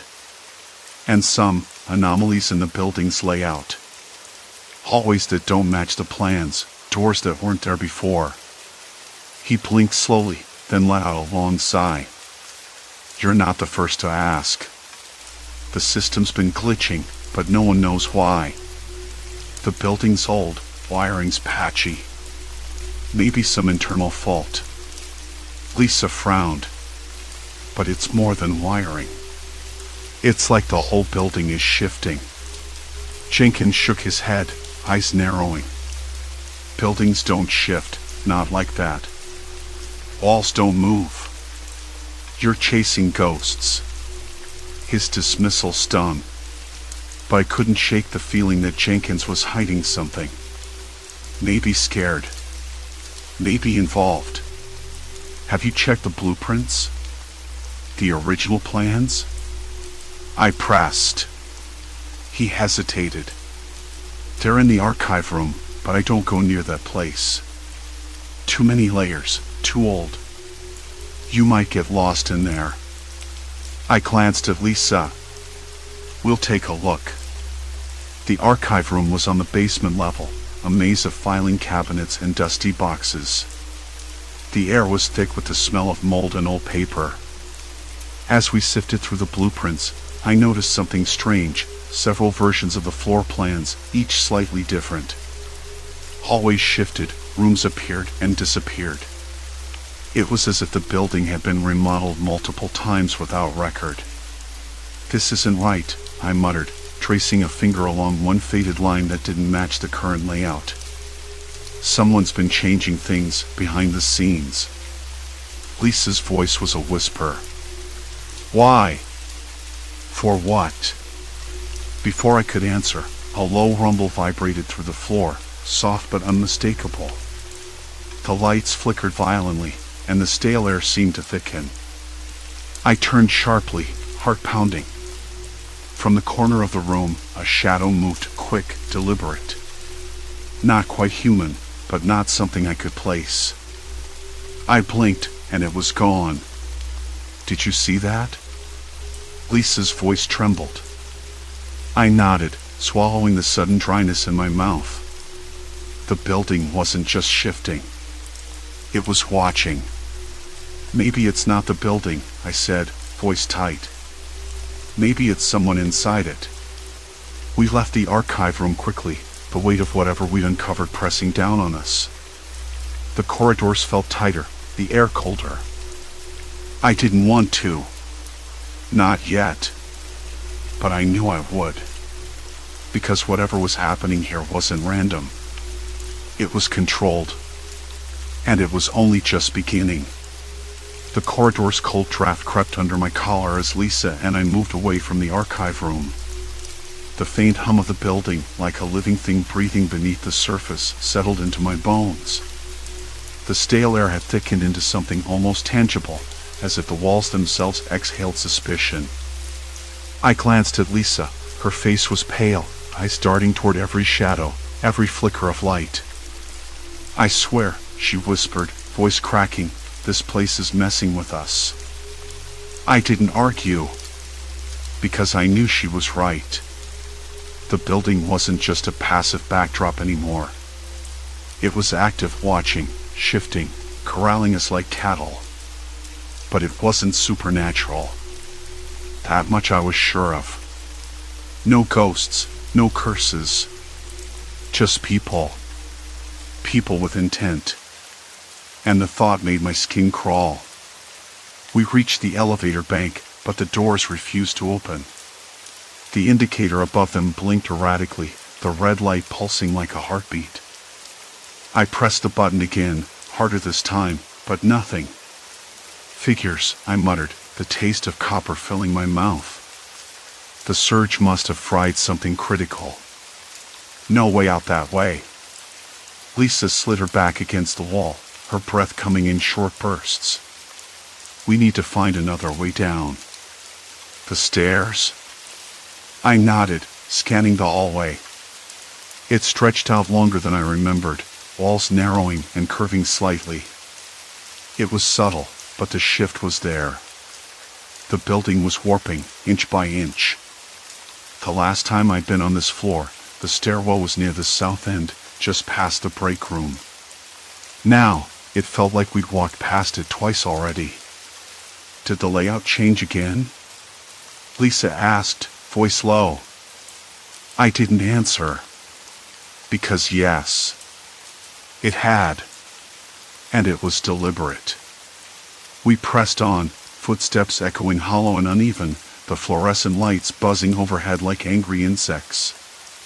I tried to focus on the sound of our breathing, the scrape of shoes on linoleum, the distant thrum of the HVAC system. Anything to ground me. Then, from somewhere behind a door ajar on the left, a faint murmur drifted out. Voices. Whispered conversations. Not quite loud enough to make out words, but definitely human. I stopped. Lisa froze beside me. Did you hear that? I whispered. She nodded, eyes wide. People? Here? Now. Maybe, I said, heart quickening. But who? We edged closer, leaning toward the cracked door. The smell spilled out, stale coffee, something faintly metallic, and the unmistakable hint of cigarette smoke. That stench wasn't new to the building, but it always made me uneasy, a reminder of the old guard, the kind of people who kept secrets in smoke-filled rooms. I peeked inside, careful to keep my shadow from spilling over the threshold. A small conference room, dimly lit by an overhead lamp with a cracked shade. Four figures sat around a battered table, faces half hidden in shadows. They spoke in low tones, eyes flicking toward the door with every word. Papers, maps, and what looked like blueprints were spread out before them. One of them, a man with a graying beard, pushed a stack of documents toward the center. We can't have the building's history leaking. Not now. Not when it's almost ready. Ready for what? Another voice asked, sharper this time.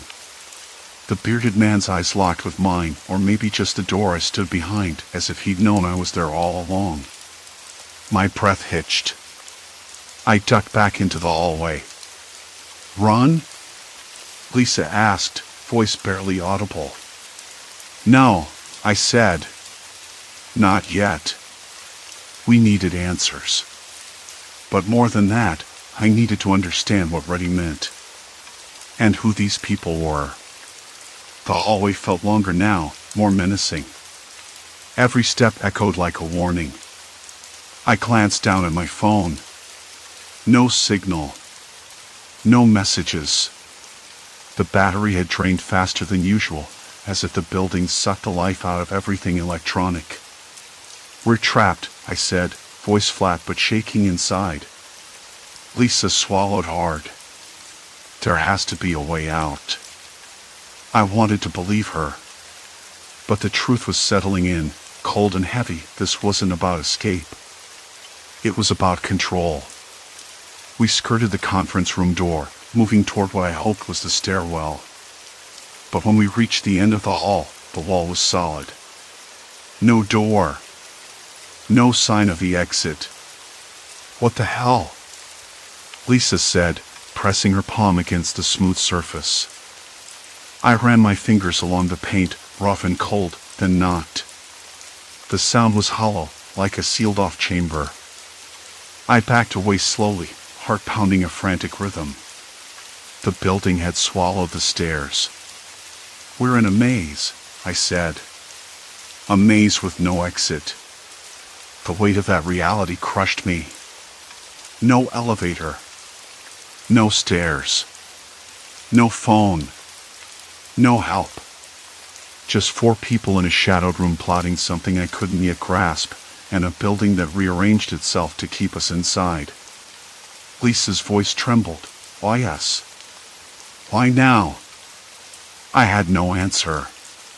But I knew this wasn't random. The power surge wasn't a glitch. It was a trigger. The building had been waiting for something or someone. We turned back the way we came, the hallways twisting again, the familiar becoming alien. The flickering lights cast long, jittery shadows that danced just beyond my vision. Every corner held a possibility of another trap, another dead end. Then, a soft click echoed from behind us. I spun around, heart slamming against my ribs. The door to the conference room was closed. Locked. Lisa's breath caught. They're locking us in. No, I said, swallowing hard. They're locking themselves in. Because if those people were trapped too, then maybe they were as much prisoners as we were. Or maybe something else was at play. I pressed my ear to the door, catching snatches of words. Containment, protocol, no one leaves until the project is secure. The project. That word hit me like a punch to the gut. Whatever this was, it wasn't about us. It was about something bigger, something planned and precise. I stepped back, the weight of the building pressing down harder than ever. The walls weren't just shifting. They were closing in. Lisa, I said, voice low but fierce, we have to find those blueprints. Whatever they're planning, we need to see it. She nodded, eyes shimmering with a mix of fear and resolve. We turned away from the locked door, but the corridor had changed again, the walls closer, the ceiling lower, the dim light that cast long, dancing shadows dimmer. A sudden chill ran down my spine. The feeling of being watched wasn't just paranoia anymore. It was certainty. And deep down, I knew this was the point of no return. There was no going back. No escape. Only forward. A chill crept along the back of my neck as the room stubbornly refused to brighten with dawn. Into the heart of whatever this building had become. And whoever was running it. The question wasn't if we'd find the truth. It was whether we'd survive what came next. The air was thick, almost suffocating, like the building itself had exhaled a slow, deliberate breath and was now holding it in, waiting. Lisa and I stood in that narrow corridor where the walls had squeezed closer, the light overhead flickering so badly it seemed to pulse in time with my own uneven heartbeat. The words from behind the locked door, containment, protocol, no one leaves, were still echoing in my mind, a grim refrain that refused to be ignored. Whatever project they talked about, it wasn't a typical office matter. It was something darker, something designed to trap us in more ways than one. I glanced at Lisa. Her jaw was tight, eyes darting along the warped walls like she expected something to spring out at any second. "We need those blueprints," I repeated, voice rough. "If we can see how this place is laid out, really laid out, we might find a way out, or at least understand what we're dealing with." She nodded, but the tremor in her hands betrayed the calm she tried to project. I could smell the faint metallic tang of sweat mixed with the ever-present hum of stale air. The kind you get when a building is sealed too tightly for too long. I swallowed hard. We couldn't stay here. Not with the walls closing in and the clock slipping backwards like a broken record. "We should try the service elevators," Lisa whispered, pulling her jacket tighter around her thin frame. "They usually have emergency access, less monitored. Maybe we can get down to the lower levels, archives, maintenance, something." I hesitated. The last time we took the elevator, it had felt like stepping into a trap. But what choice did we have? The stairwells were a maze, none of them matching the layout from the evacuation maps we'd seen during training. And the lights? Just as unreliable as ever. We crept down the hall, the carpet muffling our footsteps, each one sounding louder than the last in that oppressive silence. I pressed my back against the wall, listening for any sign of movement, voices, footsteps, doors opening. Nothing. The building seemed to be holding its breath with us. The elevator doors slid open with a mechanical groan that made me flinch. Inside, the panel was a mess of blinking lights, many of the buttons unlit or stuck. Lisa jabbed at the button marked B2 Basement 2, a place no one ever mentioned in company meetings. The elevator lurched and shuddered, the cables creaking like ancient bones. The smell inside was worse, damp concrete, rust, something sour and chemical that made my stomach twist. When the doors opened, the hallway beyond was darker, the overhead lights replaced by weak emergency bulbs that buzzed and flickered erratically. The walls were stained, the paint peeling in long strips like dead skin. My breath caught. This part of the building wasn't just neglected. It was abandoned, or worse, intentionally hidden. We moved forward cautiously, the floor beneath us sticky with something I didn't want to touch. A faint, low hum vibrated through the floor, almost imperceptible, but definitely there. It wasn't the usual hum of machinery or ventilation.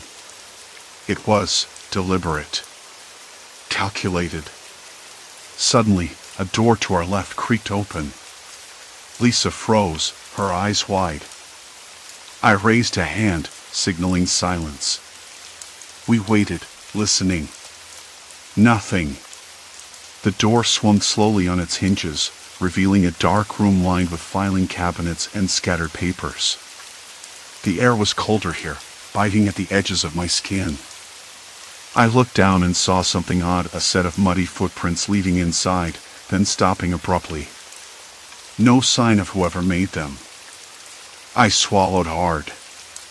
"Lisa," I whispered, "someone's been here recently. Someone who doesn't want us snooping." She nodded, her face pale. "We need to keep moving. Find those blueprints." We pushed deeper into the basement, the corridor twisting and turning in ways that made no architectural sense. Every corner looked the same, every door a mirror of the last. Time began to blur again. My watch had stopped working hours ago, and my phone was dead despite being fully charged earlier. The building was swallowing power like a parasite. Then, a voice. Not one of ours. Male, low, and calm, but unmistakably close. You shouldn't be here. We spun around. No one there. Just the empty hallway. My hands trembled. Who's there? I called out, voice steadier than I felt. Silence. Complete silence. Then footsteps, soft, deliberate, echoing just beyond the bend. I grabbed Lisa's arm, heart hammering. We weren't alone. Not by a long shot. We need to split up, Lisa said quickly, her voice barely above a whisper. If there's someone else, maybe I can draw them out while you find the blueprints. I stared at her. Are you crazy? What if they're armed? What if? She cut me off with a sharp look. I'm not waiting here to be trapped. You want to get out? You need those plans. I can handle this. There was something in her eyes, determination, or maybe desperation, that made me nod. I hated it, but it was the only option. I slipped down a side corridor, heart racing, every nerve screaming at me to stop. The walls seemed to close tighter, the air thicker. My breath came fast, shallow, and the faint smell of burnt plastic prickled my nostrils. Ahead, a faint glow spilled out from under a door. I reached it and pushed open cautiously. Inside, the room, with its faint smell of dust and decay, was a cramped storage closet filled with dusty boxes and old office supplies. But in the far corner, taped to the wall, were blueprints, faded, yellowed, but unmistakable. My fingers shook as I pulled them down, the paper brittle beneath my touch. Suddenly, the overhead light flickered violently and went out, plunging me into darkness. The hum I'd felt earlier grew louder, vibrating in my chest. I blinked, trying to adjust, when a whisper brushed past my ear. You don't belong here. I whirled around, heart in my throat. Nothing. The door slammed shut behind me. I grabbed the handle, yanked it. Locked. Panic clawed at my throat. Lisa. I shouted, pounding on the door. Lisa, help. No answer. Just a growing hum, now a low, insistent pulse like a heartbeat. I sank to the floor, clutching the blueprints to my chest, trying to steady my breathing. The building wasn't just a prison. It was a predator. And I was caught in its jaws. Then, faintly, I heard footsteps approaching, slow, measured, deliberate. Not Lisa's. The air tasted different that morning.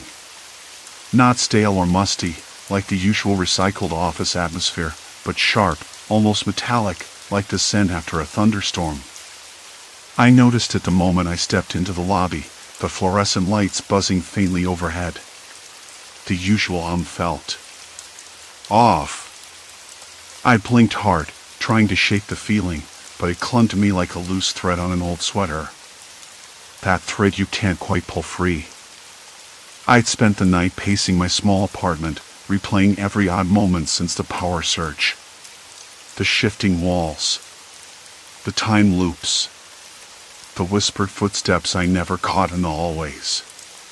No one else seemed to notice, or maybe they just pretended not to. I wasn't sure I could blame them. I'd started questioning my own mind, wondering if isolation was twisting my perception. But today, I wasn't alone. As I walked through the main corridor, the hum grew louder, like the building itself was inhaling slowly, deliberately. The layout still worked subtly around me.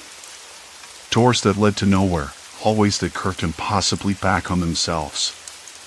I tried mapping it out in my head, but the building changed faster than I could track.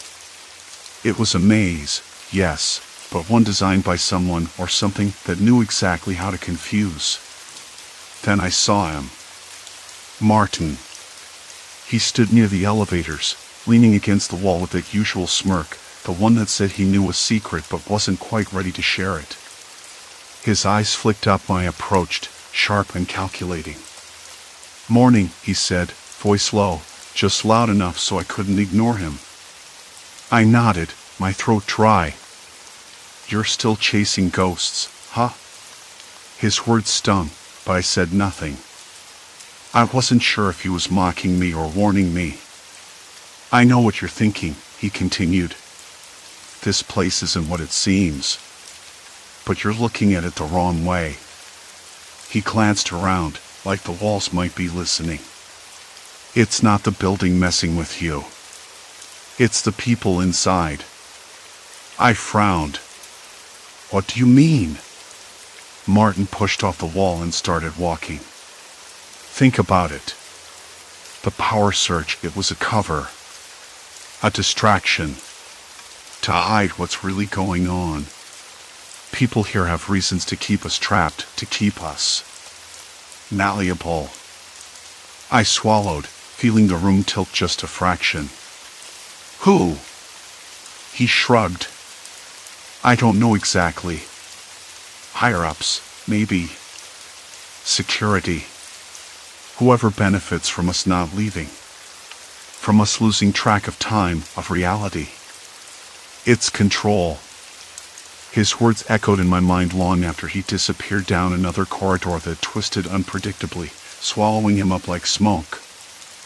I paced the floor, the cold linoleum beneath my feet rough and unyielding. The office was a labyrinth, yes, but maybe not just by chance. Maybe we were prisoners of a system that thrived on confusion and fear. I had to find out who was behind it and how to stop them. The day dragged on, each hour folding into the next without clear distinction. Lunch was a blur, cold sandwiches that tasted like cardboard, microwave soup that was too salty. I caught myself staring at the clock more times than I could count, trying to anchor myself to something real. But the hands spun in erratic loops, mocking me. At some point, I found myself near the security office.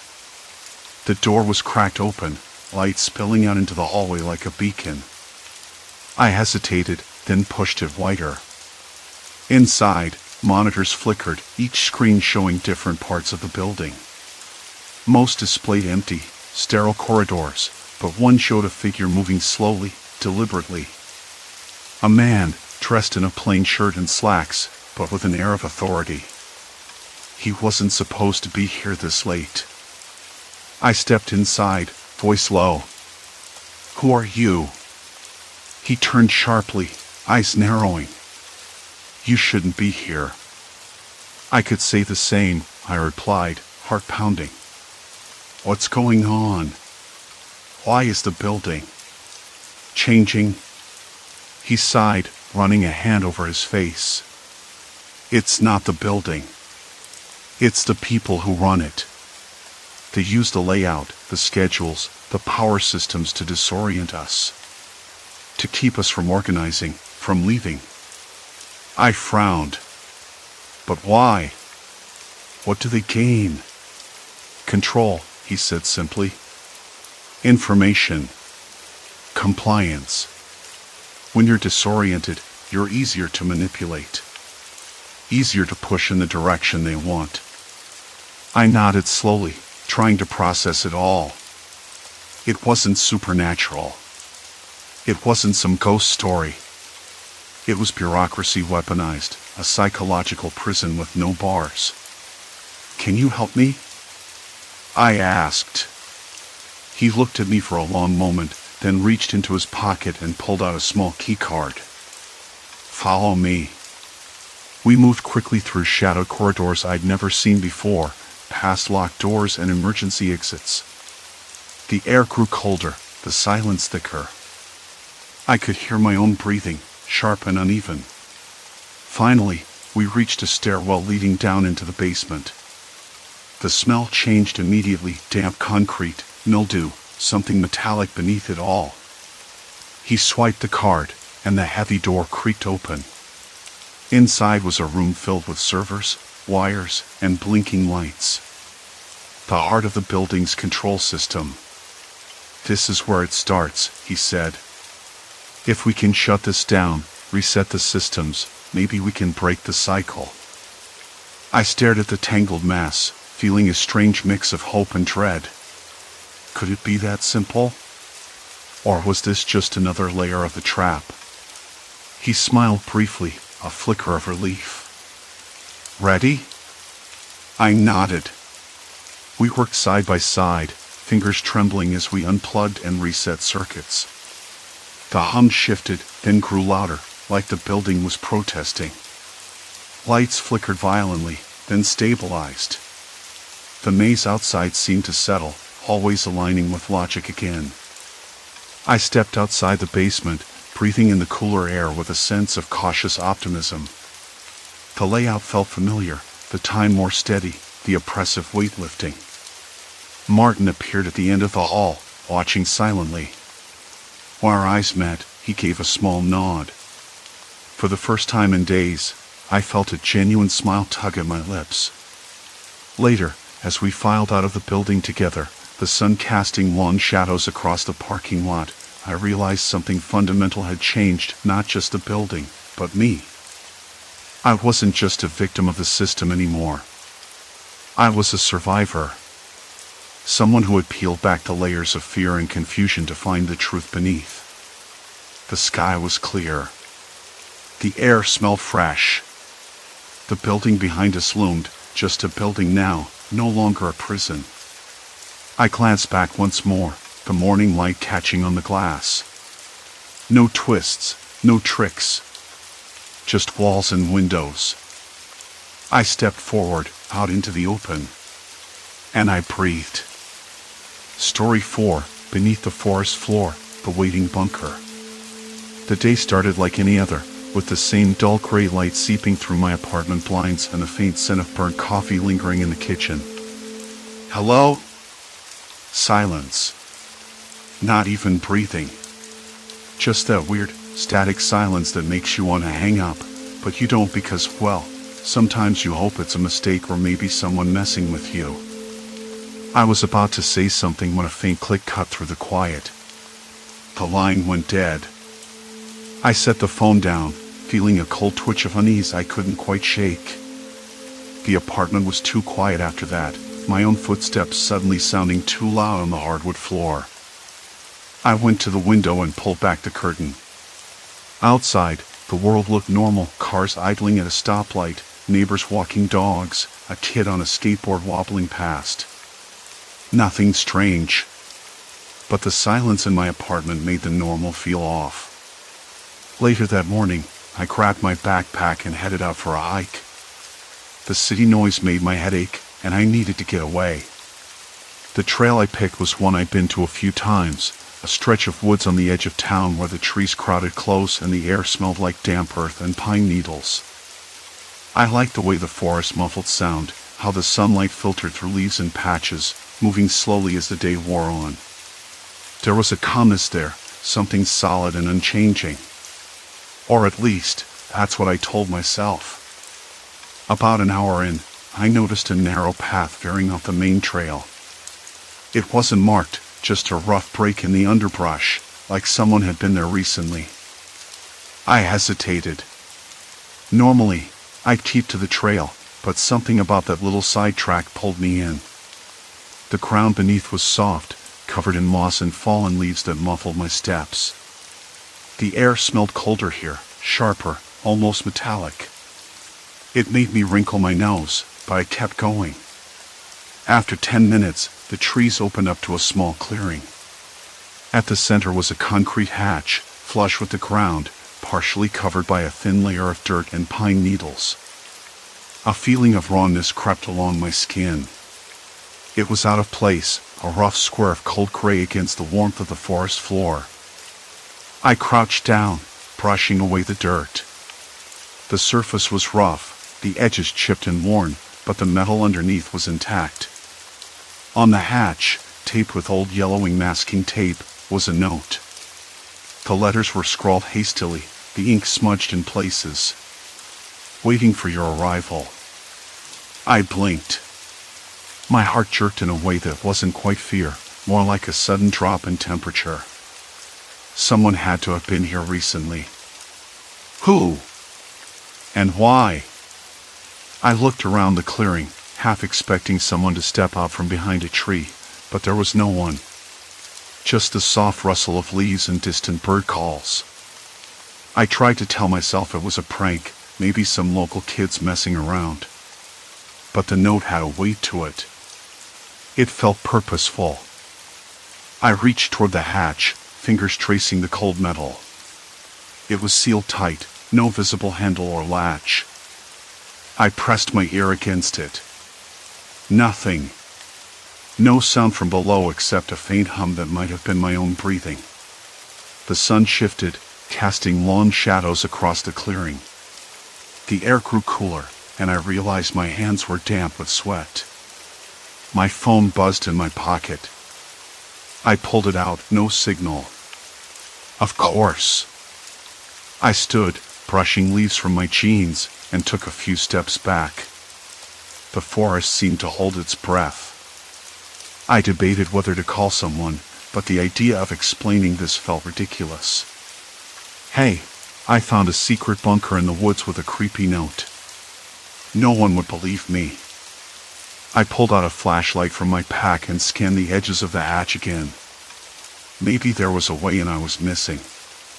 The metal was cold and unforgiving, but around the edges, I spotted a small, rusted hinge.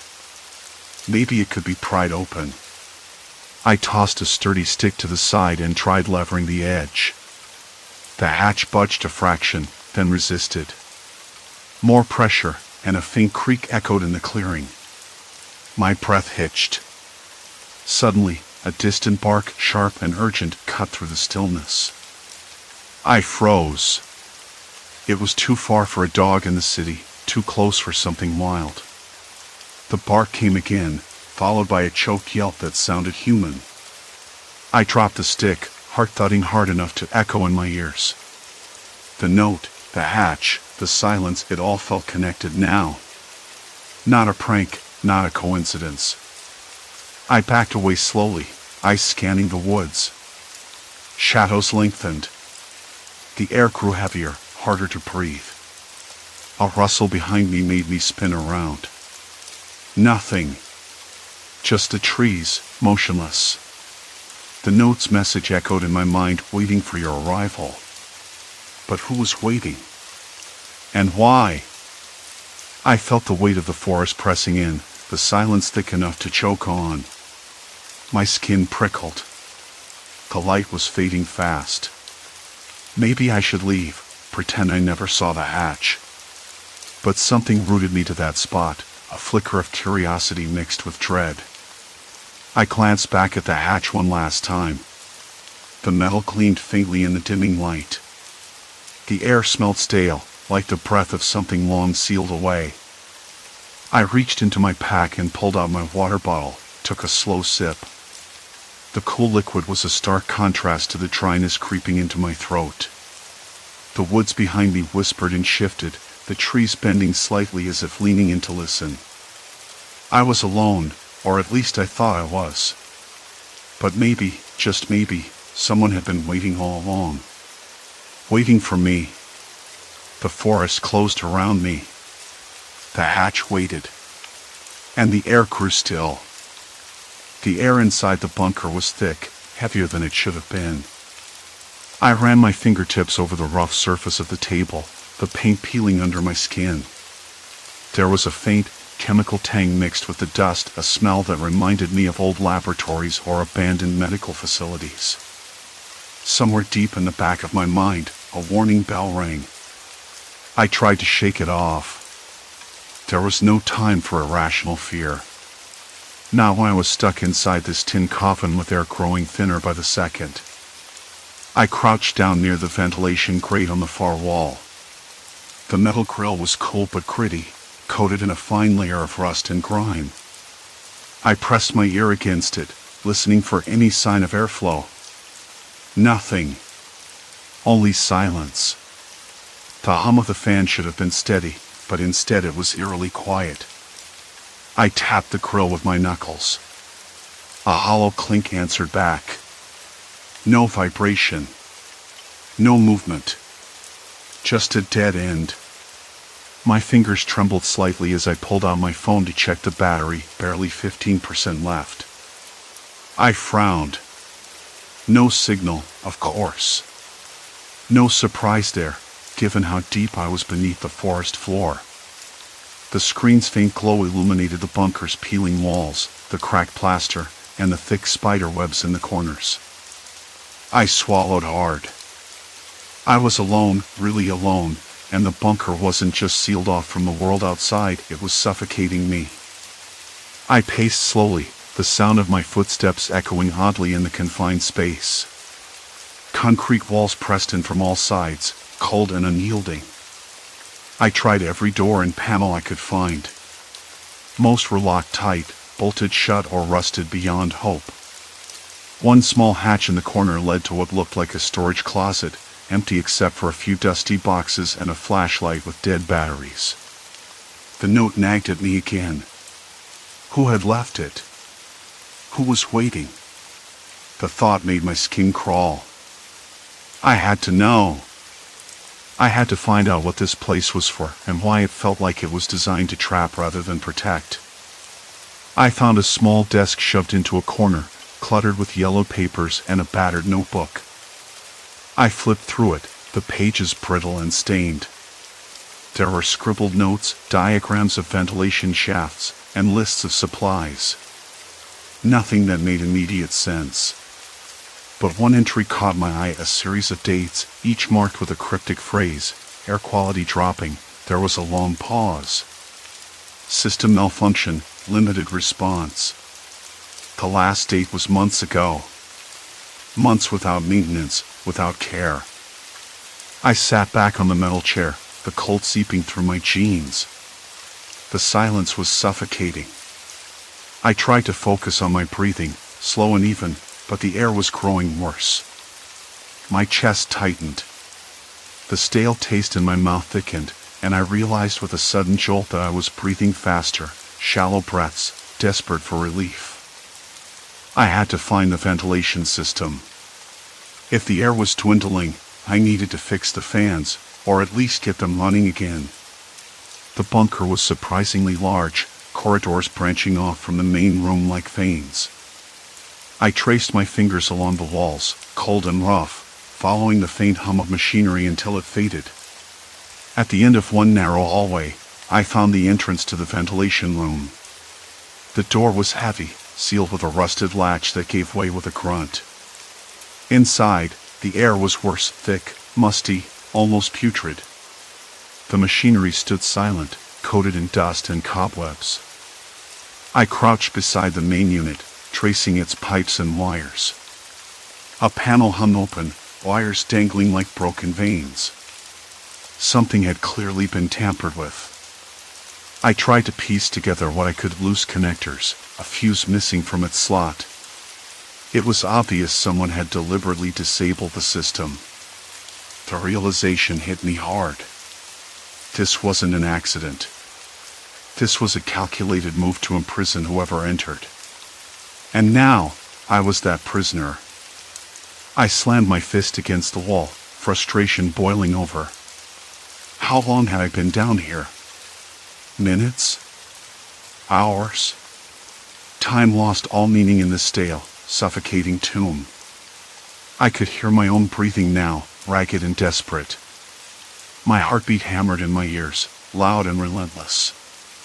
Then, a noise. Faint. A distant clatter echoing from somewhere beyond the bunker walls. I froze, every muscle taut. Could it be footsteps? Or just the forest settling? The hairs on the back of my neck stood up. I held my breath, straining to listen. Nothing else. I wanted to call out, to shout for help, but my voice felt trapped in my throat. Instead, I whispered, "Is someone there?" Only silence answered. I knew I had to move. Staying put meant running out of air. But leaving the bunker meant stepping back into the woods, into uncertainty and who knows what else. Still, the note's message haunted me. Someone or something was waiting. I returned to the main room, pulling the note closer to the dim light that cast long, dancing shadows. The paper felt delicate, almost fragile. I unfolded it again, looking for clues I might have missed. On the back was a faint smudge, too faint to read, but it looked like a partial fingerprint, smeared in a way that suggested haste or struggle. I pressed my thumb against it, feeling the rough texture. This was real. Someone had been here, alive not long ago. Maybe even trapped. I sank to the floor, the cold concrete biting through my clothes. The air grew colder, thinner, and the flickering light overhead dimmed further. My hands shook as I tried to steady my breath. I couldn't shake the feeling that I was being watched, that the bunker itself was holding its breath, waiting for me to make a move.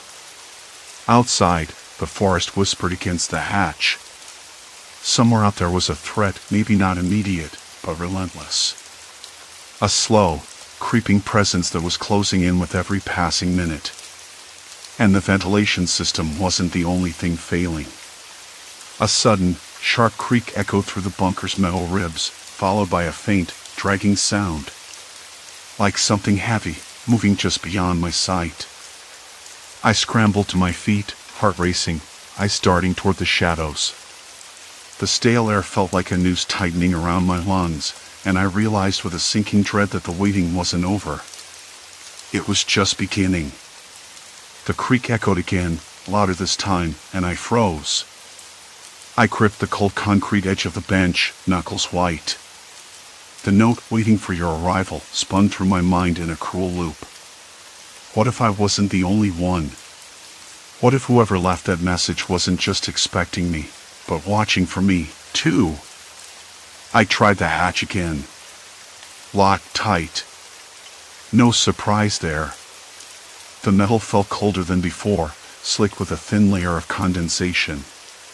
My fingers trembled as I pressed my ear against it. Outside, the forest was quiet. Too quiet. Usually, there'd be some rustle or distant bird call, but now it felt like the world had gone mute. No escape. Not yet. I forced myself to stand, legs shaky but determined. The ventilation panel hummed weakly, the faint buzz now punctuated by a low, irregular clatter. Something was wrong inside the system. I crouched and peered into the grate. The blades barely turned, coated in dust and grime, moving with an effort that didn't belong to a machine designed to run for decades. "Come on," I whispered, voice hollow. "Work." Minutes passed. The stale air pressed in harder, the taste of dust and rust filling my mouth. I wiped my sweaty brow with the back of my hand, feeling the grit on my skin. My throat tightened. I thought of the last time I'd felt fresh air, freedom, not this recycled, suffocating atmosphere. Then I noticed something else. The dragging sound wasn't random, wasn't just some old mechanism settling. It was regular. Slow. Methodical. Someone or something was moving through the bunker's corridors. I swallowed hard, trying to steady my racing heart. I wasn't alone. I scanned the room again. There were old storage lockers along one wall, their paint peeling, hinges rusted shut. A faint smell of mildew hung in the air, mixed with something metallic, blood. I shook my head. No, just old iron and decay. Still, I couldn't shake the feeling that the place had been used recently. I found a small desk pushed into a corner, covered in dust and papers yellowed with age. Among the scattered notes, I spotted a crudely drawn map of the bunker's interior. The corridors branched like veins, and at the center, marked in red, was a room labeled control. If I could reach that control room, maybe I could fix the ventilation. Or at least understand what was going on. My fingers traced the lines, hesitating. The path to the control room passed near the source of the dragging noise. I hesitated. Not because I was afraid, well, maybe a little, but because I realized something far worse. If I moved toward the control room, I was committing myself to the bunker's labyrinth. No turning back. No chance of retreat if things went sideways. But staying here wasn't an option either. The air was thinning. I packed a small bag from what I could find, a half-empty water bottle, a flashlight with dying batteries, a few energy bars. No communication devices, no way to call for help. Just me and this sinking feeling that the bunker was closing in like a trap. I glanced back at the note taped to the wall near the entrance. The handwriting was jagged, hurried. Waiting for your arrival. What if I wasn't the intended visitor? What if someone else had been here, left that message, and never made it out? The thought gnawed at me. Whoever had been here last, trapped, desperate, had left clues in this place. Maybe even warnings. But for what? The dragging sound grew louder, closer. I pressed my back against the wall and swallowed a dry sob. The light flickered violently, plunging the room into near darkness before sputtering back to life. My skin prickled. I wasn't imagining the eyes watching from the shadows, waiting and measuring. I whispered, "Who's there?" No answer. I edged toward the door and peered into the corridor beyond. The narrow hallway stretched into gloom, the flickering ceiling lights casting long, jittery shadows. The dragging sound stopped abruptly, leaving silence so thick it pressed against my eardrums. Then, faintly, a whisper. Not words, just breath. I took a step back, heart hammering so loud I thought it might burst through my chest. The stale air felt like lead in my lungs, and I knew the ventilation wouldn't hold much longer. I had to move. I chose the right corridor, the one mapped out to the control room, and started walking, each step echoing unnaturally in the stillness. The cold plaster walls pressed in, the air growing heavier. My flashlight flickered, and I slapped it against my palm, willing it to stay on. Halfway there, I stopped. A faint tapping sound, a pattern, came from behind a rusted door on my left. I crouched, pressed my ear to the metal. The tapping stopped. Then, a soft shuffle. I jerked back, breath catching. Something was alive in this bunker. Something waiting. I debated running back toward the main room, but the thought of the hatch sealed so tightly kept me rooted. No! Forward. At last, I reached the control room. The door was ajar, creaking on its hinges. Inside, the room was a chaos of old consoles, broken screens, and scattered papers. Dust motes hung thick in the air, illuminated by the weak beam of my flashlight. Then I saw it, a monitor still faintly lit, displaying a grainy black and white image of the bunker's entrance. And there, just beyond the hatch, was a figure. Standing motionless. Watching. My breath hitched. I backed away, heart slamming against my ribs. The stale air seemed to thicken even more, suffocating. The ventilation system groaned, then stilled. Darkness rushed at me, swallowing the weak light. The figure outside didn't move. And I realized, with a cold certainty, that the bunker wasn't just waiting for my arrival. It was waiting to trap me. There was no going back. I was already inside the trap. The darkness was absolute, swallowing the weak pulse of my flashlight the moment the ventilation system died. Outside the cracked door, the figure from the monitor hadn't moved. Not a twitch. Not a flicker. just a shadow standing against the feeble gray of the forest beyond the hatch. I couldn't tell if it was watching me or simply waiting, but the certainty that it was connected to this place, to the trap I'd stepped into, tightened around my chest like a noose. I backed away from the door, hands trembling against the rough console. The dust on the surfaces felt gritty under my fingers, making me cough. The stale, metallic scent of old machines filled the air, mixed with something sour, like sweat or rust. My skin prickled as the temperature dropped. The bunker was cooling, the mechanical heartbeat of the ventilation gone silent. I needed air. I needed light. I needed to move. But the hatch was sealed tight.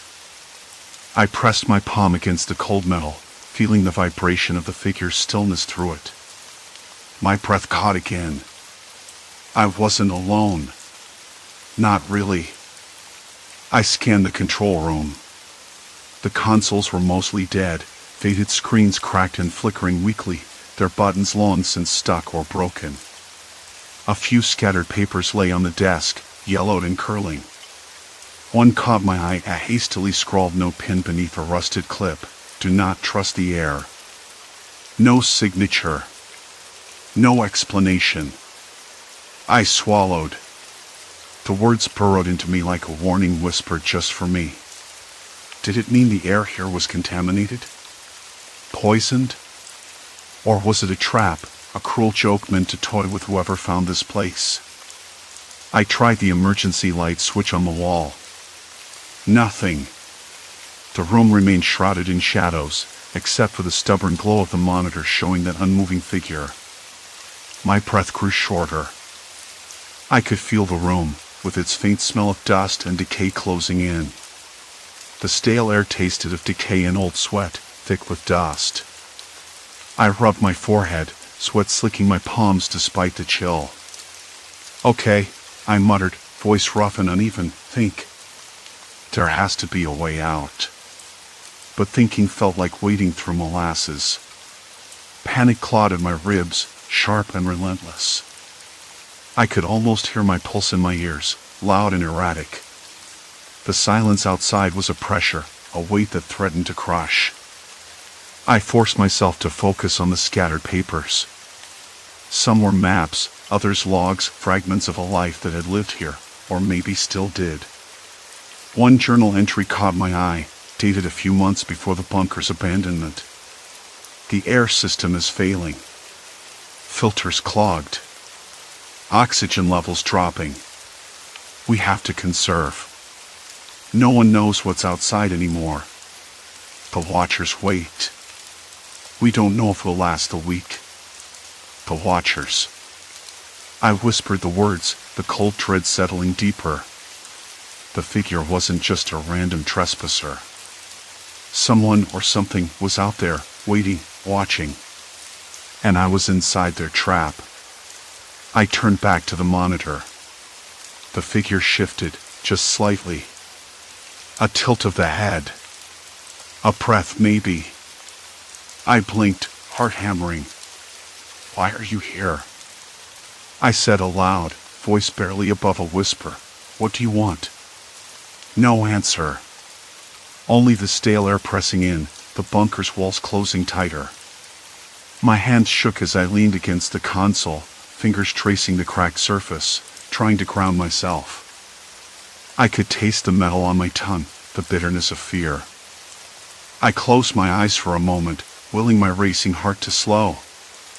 I had to do something. Anything. I remembered the ventilation shaft I'd seen earlier, small, narrow, but maybe a way out or at least a way to get fresh air. It was risky. Too risky, probably. But staying here meant suffocation. I moved toward the door, listening hard. The figure outside remained still, but I thought I heard faint footsteps. From somewhere else. Behind me? No!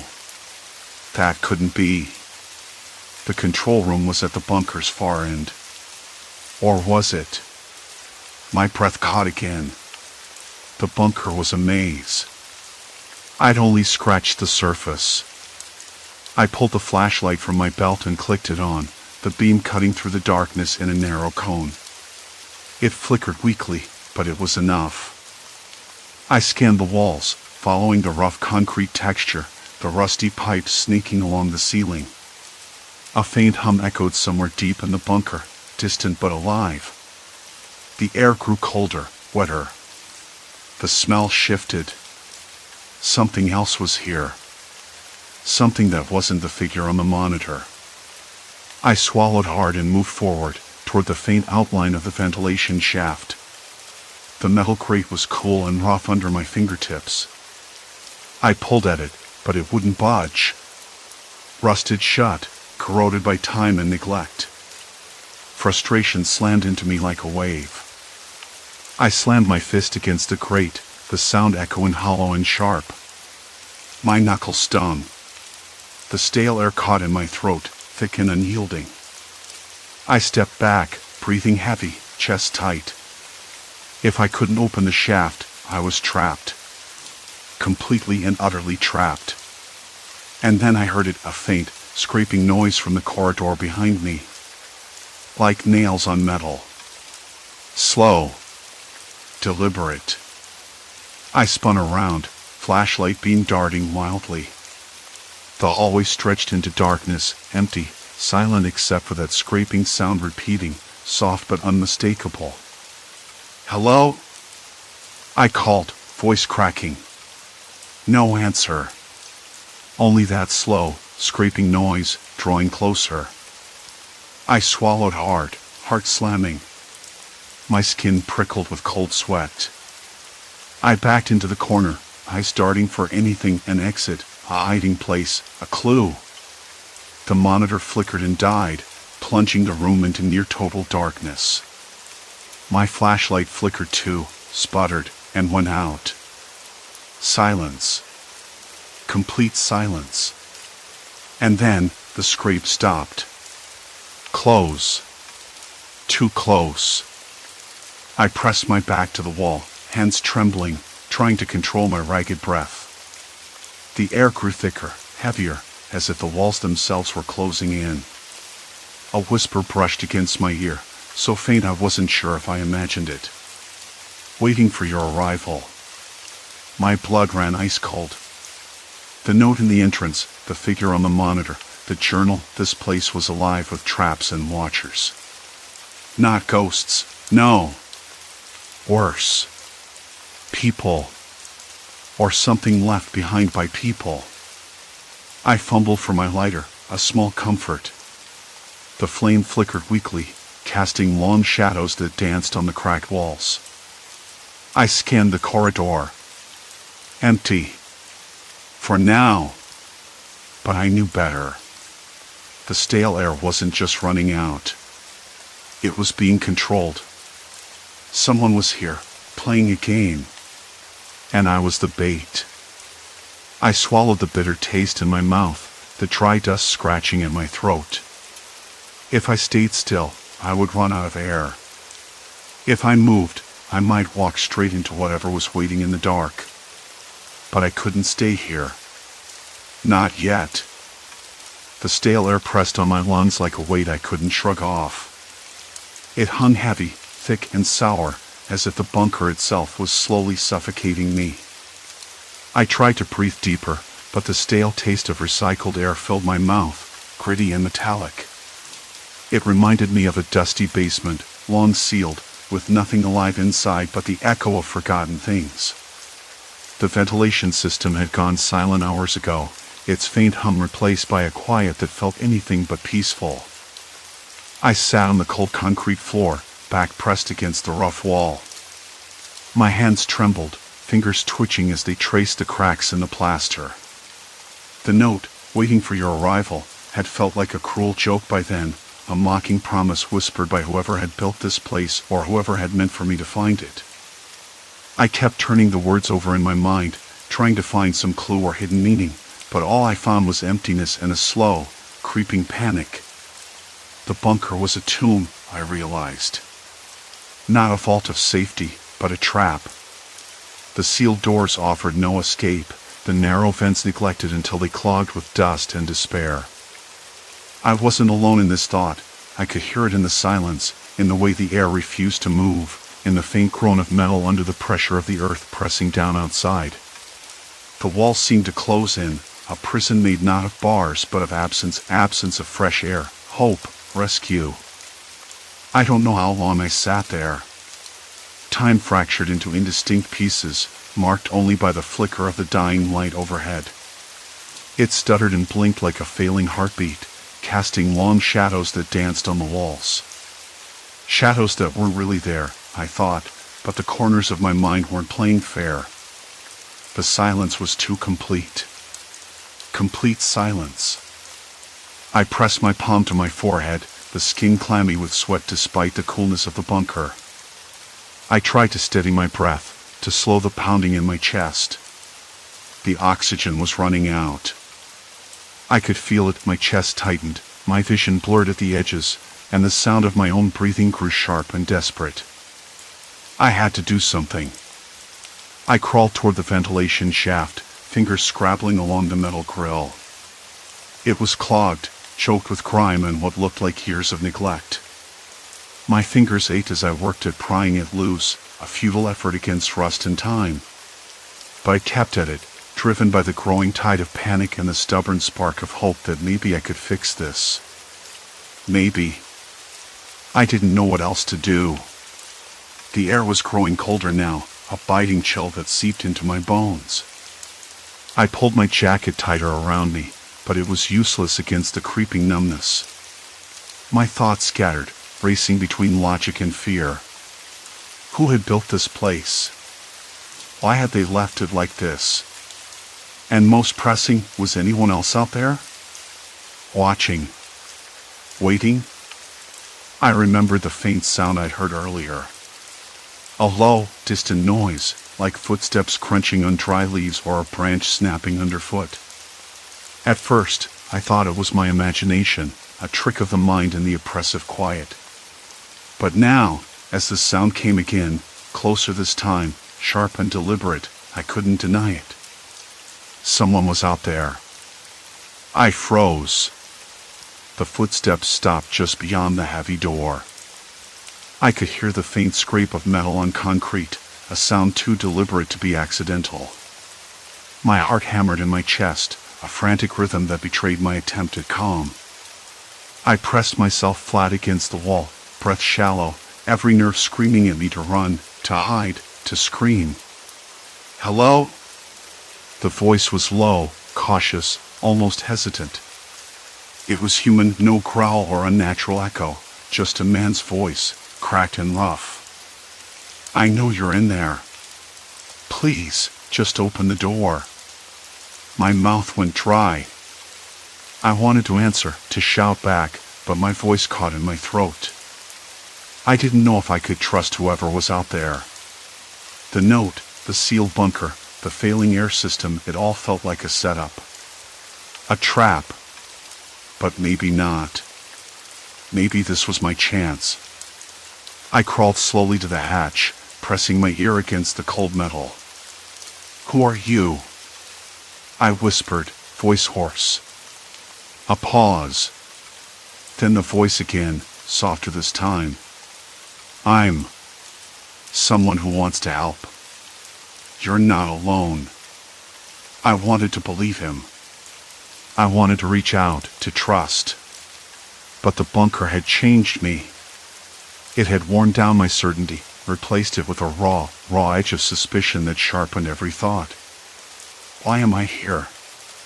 I asked, voice trembling. There was no answer at first. Then, finally, a sigh. Because you were needed. Because someone wanted you to find this place. And now, you're not alone anymore. The words hung between us, fragile and uncertain. I pushed at the heavy door. It didn't budge.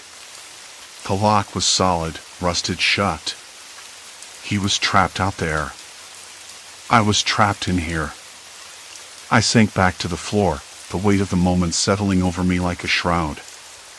The stale air pressed against my skin, the silence thickened, and the flickering light overhead whispered its final warning. I closed my eyes, letting the darkness gather behind my lids. But then, the ventilation kicked in. A faint hiss, a soft rush of air, the subtle shift from suffocating stillness to a gentle, life-giving breeze. It wasn't much, but it was enough. Enough to steady my breath, to clear my mind, to remind me that the bunker wasn't finished with me yet. I sat up slowly, heart still racing but hope flaring like a fragile flame. I didn't know who was out there, or why this place existed, or what the future held. But I was alive. And for now, that was enough. The voice came again, through the crack beneath the door. "We'll get you out. Just hold on." I swallowed hard, letting the words sink in. And for the first time since I'd found the bunker, I believed them. Outside, the forest whispered.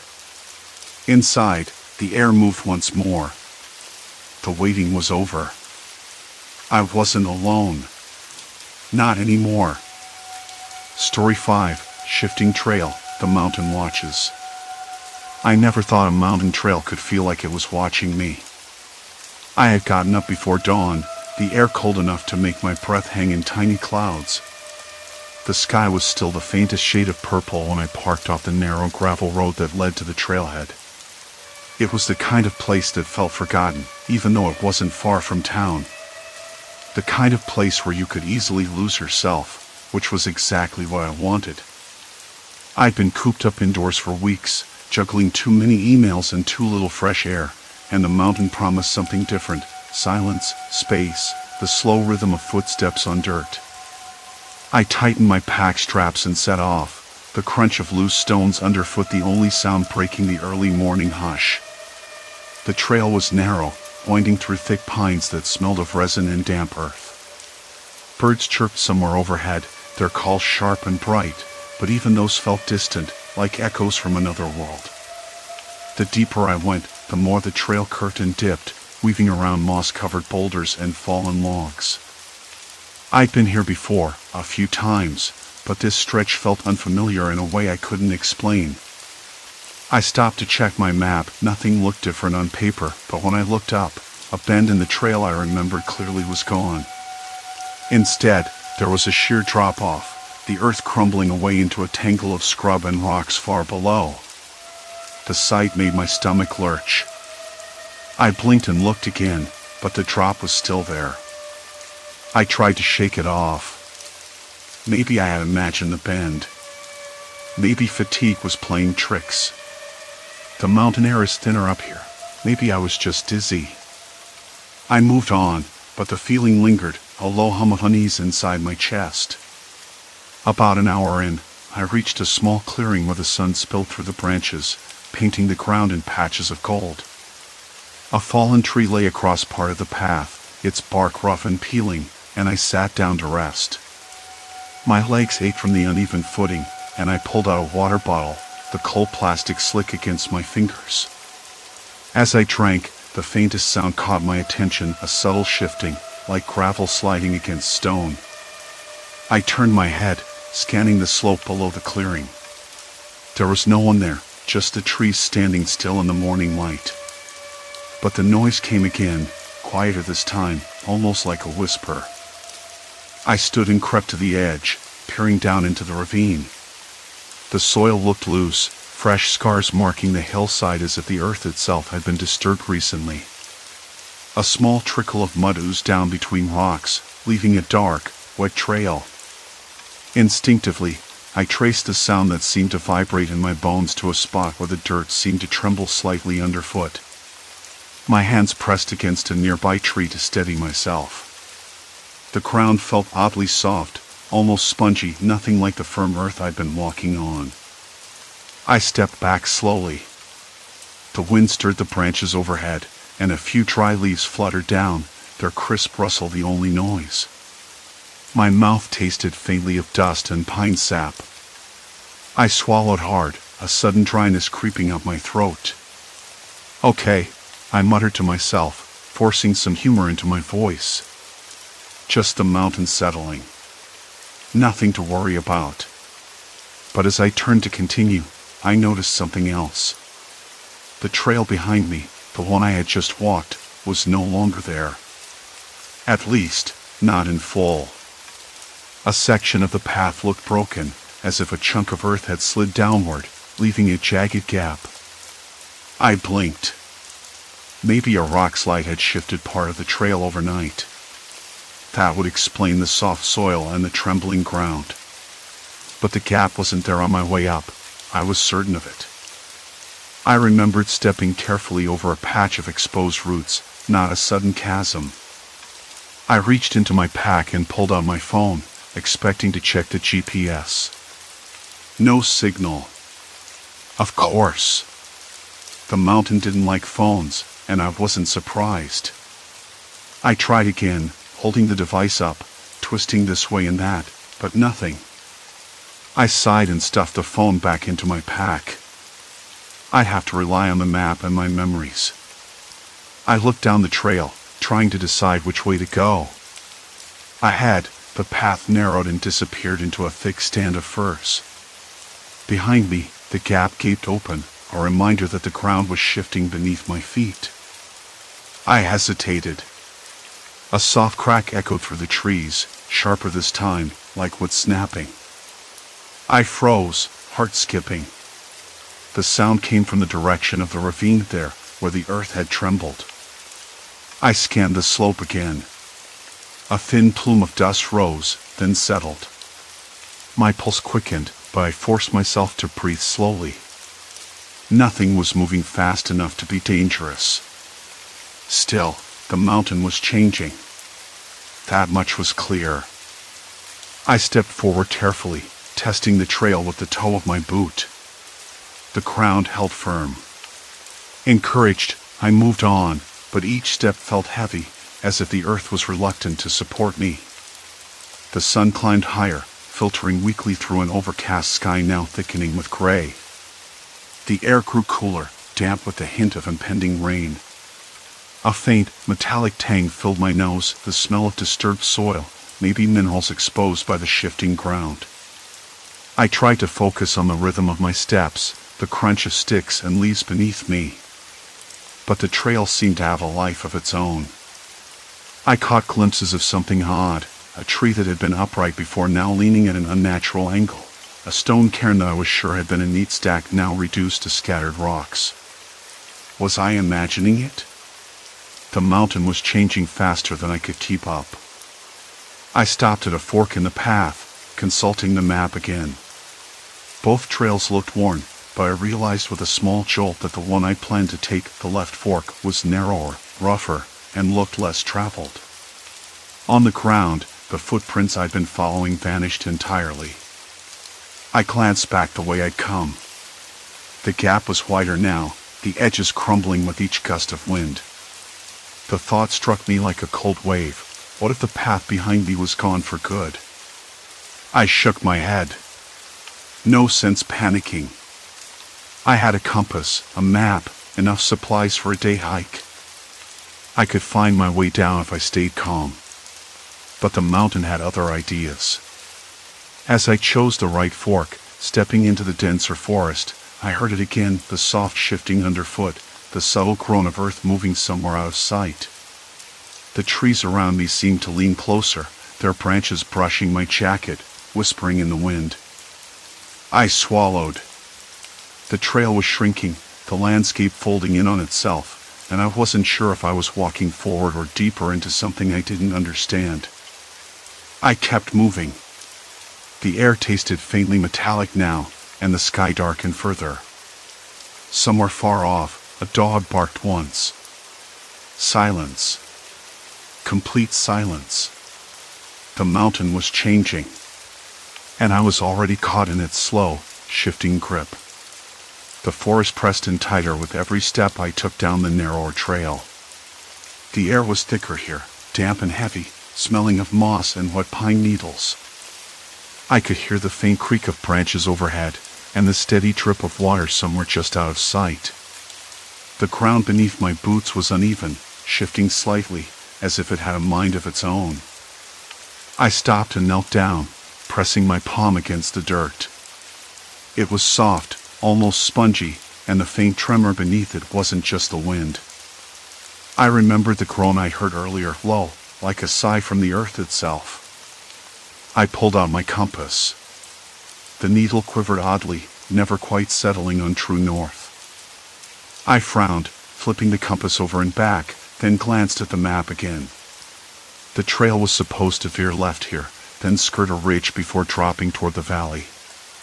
But the path underfoot was twisting the wrong way, bending away from where I thought I should be. I blinked, uncertain. Was the map wrong? Had the trail shifted? Or was I losing my grip on what was real? I shook my head, trying to clear the fog creeping in around the edges of my thoughts. The sun was low now, filtering weakly through the dense canopy. Shadows pulled in the hollows between trees, turning familiar shapes into strange, shifting figures. I told myself it was just the light playing tricks. The trail was still there, wasn't it? It had to be. I took out my phone, hoping for a signal, but nothing. Just that endless spinning wheel that mocked me. No service. No GPS. The mountain was swallowing me whole, piece by piece. I kept moving, slower now.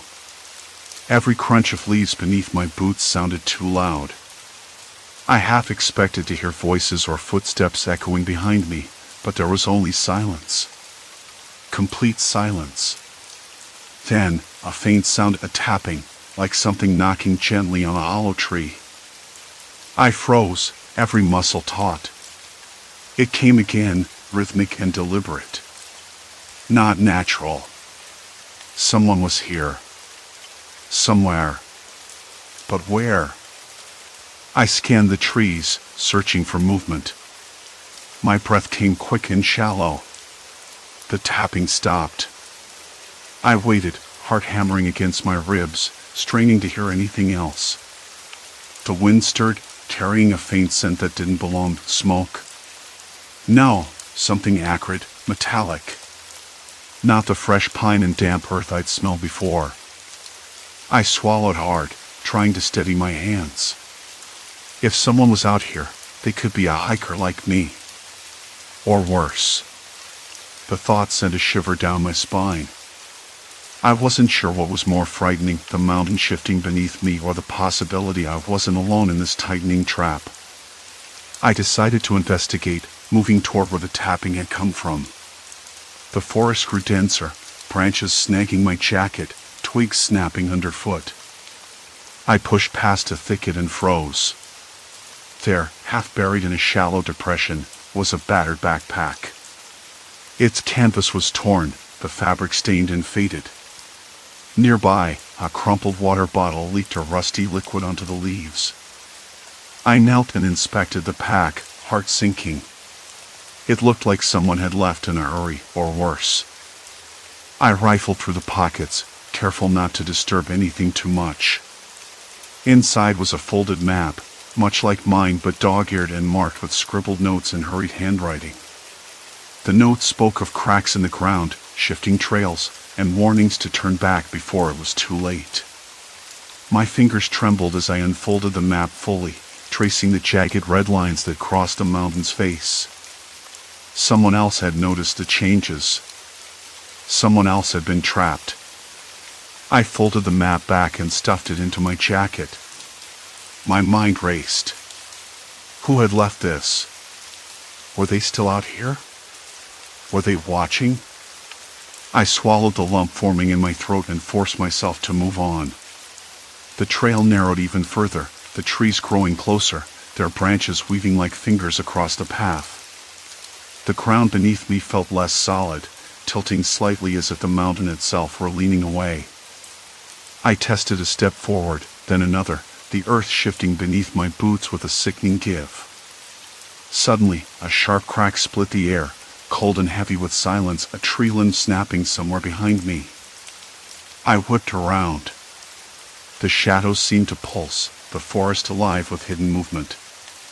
I caught a glimpse of a figure disappearing between the trees, just out of sight. "Hey!" I called out, voice cracking. Wait. No answer. Only the rustle of leaves and the distant call of a bird. My pulse quickened. I wasn't imagining this. Someone was following me. Or maybe watching. I pressed on, ignoring the tightness wrapping around my chest. The trail opened into a small clearing, where the earth buckled and cracked like a broken mirror. The ground rippled in slow waves, and the roots of the trees peeled away like old bark. I knelt down, running my hands over the cracked soil. It felt unstable, like it could give way at any moment. I glanced back the way I'd come. The path was gone. The edge of the clearing dropped sharply into a ravine I hadn't noticed before. I stood, dizziness washing over me. The mountain was shifting faster now, swallowing trails whole, carving new ones that led deeper into unknown territory. I pulled out the map again, studying the markings. The scribbled notes mentioned an unstable landslide, creeping underground, reshaping everything. The writer had warned about getting trapped, about losing the way back. That warning echoed in my mind like a hammer. I scanned the trees again. The figure was gone. But the feeling of being watched didn't leave. I stuffed the map away and started walking, choosing a direction that seemed less treacherous. My boots slipped on loose gravel. I caught myself on a tree trunk, the bark rough against my palms. My breath came out in ragged bursts. The air was cooler here, but the sense of danger was growing, wrapping tighter like the tightening grip of a noose. Then, faint voices, whispered voices, carried on the wind. Not far. Not close enough to make out words, but close enough to remind me I wasn't alone. I stopped, straining to listen. The voices faded, leaving only the creaking of the earth and the distant call of a lone crow. I wanted to call back, to speak, but my throat tightened. What if they were hostile? Or worse, what if they were as lost as I was, driven mad by the mountain's slow collapse? I pressed forward, heart pounding, every nerve screaming to turn back. But the mountain wouldn't let me. The air hung heavy with a silence that seemed to swallow every whispered sound. The trails were vanishing behind me, swallowed by cracks and shifting soil. The sun dipped lower, casting long shadows that stretched like fingers across the ground.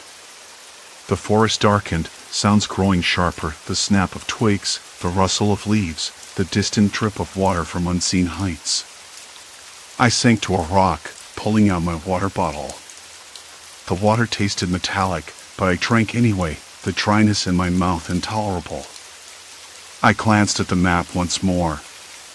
The scribbled warnings felt like a message from someone who had been here before me, trapped in the same shifting maze. I whispered to myself, I'm not going to be left behind. But even as I said it, I knew the mountain was no longer just a place. It was a force, a predator, reshaping the world beneath my feet and pushing me further into the unknown. And somewhere, in the shadows, someone was watching. The voices had vanished like smoke, but the mountain's silence that followed was heavier than before. I stood still, ears straining, every nerve alive in the cold air. The crunch of gravel beneath my boots was too loud, too sharp. Somewhere beyond the trees, the ground groaned a deep, slow rumble that felt like the mountain's breath. I swallowed hard, tasting the metallic bite of adrenaline at the back of my throat. I wanted to convince myself that the voices were just wind playing tricks or some lost hikers calling out to each other. But something else gnawed at me, something real and far more sinister. I glanced down at the map again, though it had become useless. The trail I'd memorized was gone.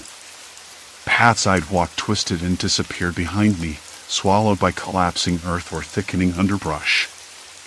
I tried to mark the route with small rock piles, but even those had shifted overnight, scattered like the mountain was erasing every trace I left. The sun was dipping lower, orange light bleeding through the gaps in the canopy. Shadows stretched long and thin, folding over the uneven ground like fingers reaching for me. I breathed out, fogging the inside of my jacket collar. The cold was settling in deeper. I stepped forward, hesitant, following a faint animal trail that might lead somewhere. My boots sunk into soft soil, damp with the scent of moss and decay.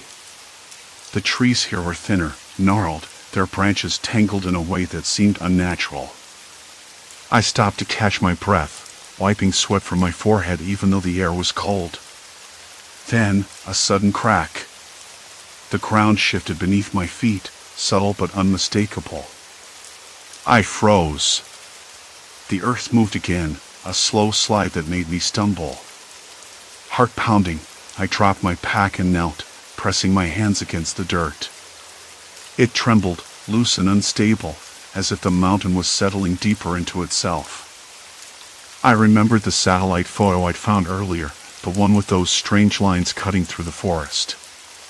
The topsoil wasn't just moving. It was sliding.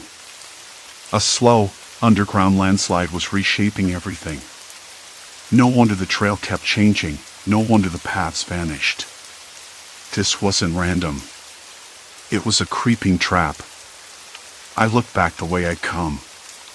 The narrow ridge I'd crossed yesterday was gone, replaced by a fresh scar of bare rock and mud. The trees there hung at impossible angles, roots torn from the earth like they'd been yanked by giant hands.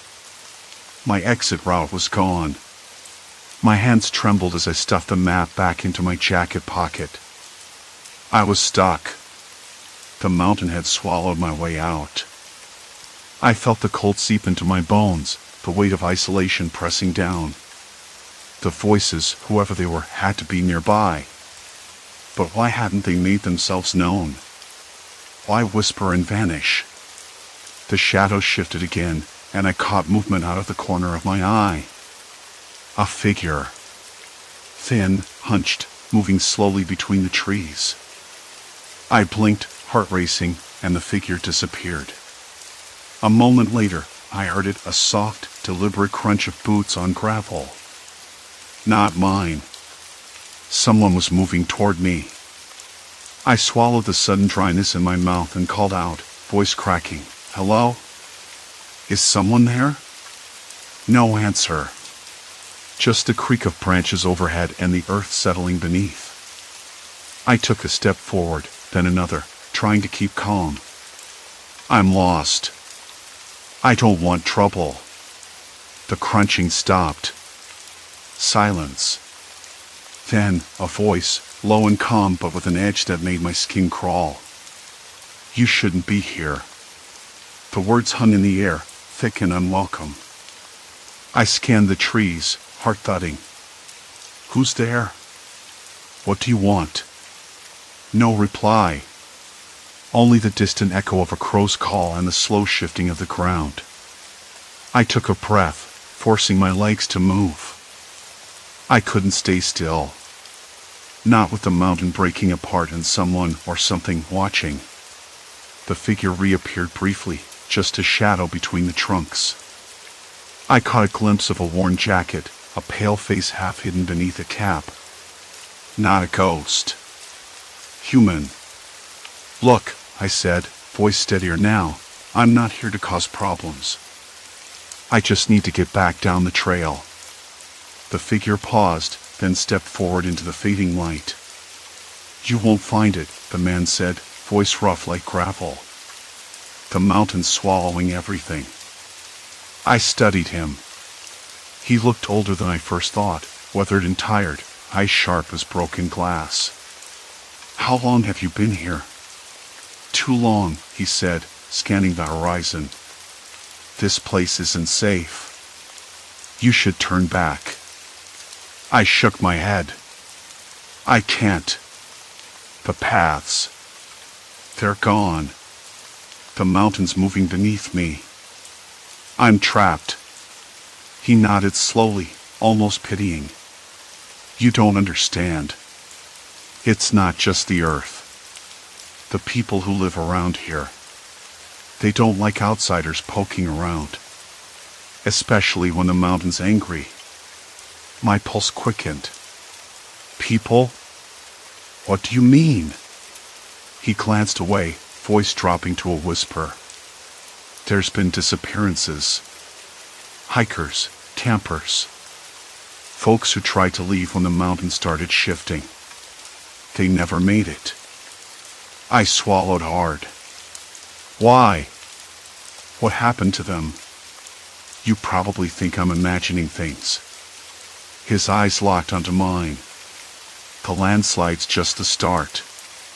The mountain's unstable, but the ones who live here have their own reasons for keeping it that way. They don't want anyone finding out what's buried beneath. Buried? The word felt heavy on my tongue. He nodded. Old mine shafts, tunnels, collapsed caverns. The whole mountain's a web of tunnels and fractures, and when the earth starts sliding, everything's at risk of coming down. People have been trying to cover it up for years. No rescue teams, no search parties. Just silence. I felt the cold tighten around me, like the mountain's grip was closing in. So, the voices, the whispers. Mist curled around the ancient trees as twilight seeped beneath the horizon, turning the forest into a realm of shadows and secrets. Their warnings? Or distractions, he said, stepping closer. To keep you moving, keep you lost. If you stop, the mountain and the people who watch it will catch you. A shiver ran down my spine. The realization hit me like a punch. I wasn't just trapped by the unstable ground. I was trapped by people who wanted to make sure I didn't escape. Or worse, that I didn't tell anyone. I took a shaky breath and forced myself to meet his gaze. What do I do? He hesitated, then reached into his jacket and pulled out a crumpled piece of paper. There's a way out. But it's dangerous. The path's fragile, and it might not be there tomorrow. I unfolded the paper, eyes scanning the hastily drawn lines and notes. A narrow route, barely visible on the map, cutting through the most unstable terrain. A point of no return. I looked up at him. If I take this route, you might get out, he said. Or you might trigger the mountain to swallow you whole. The wind picked up, rattling the branches overhead.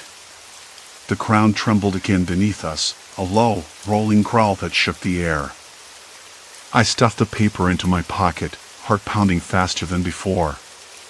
There was no turning back now.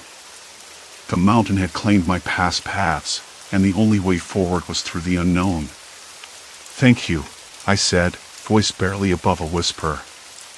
He nodded once, then disappeared back into the trees, swallowed by the shifting shadows.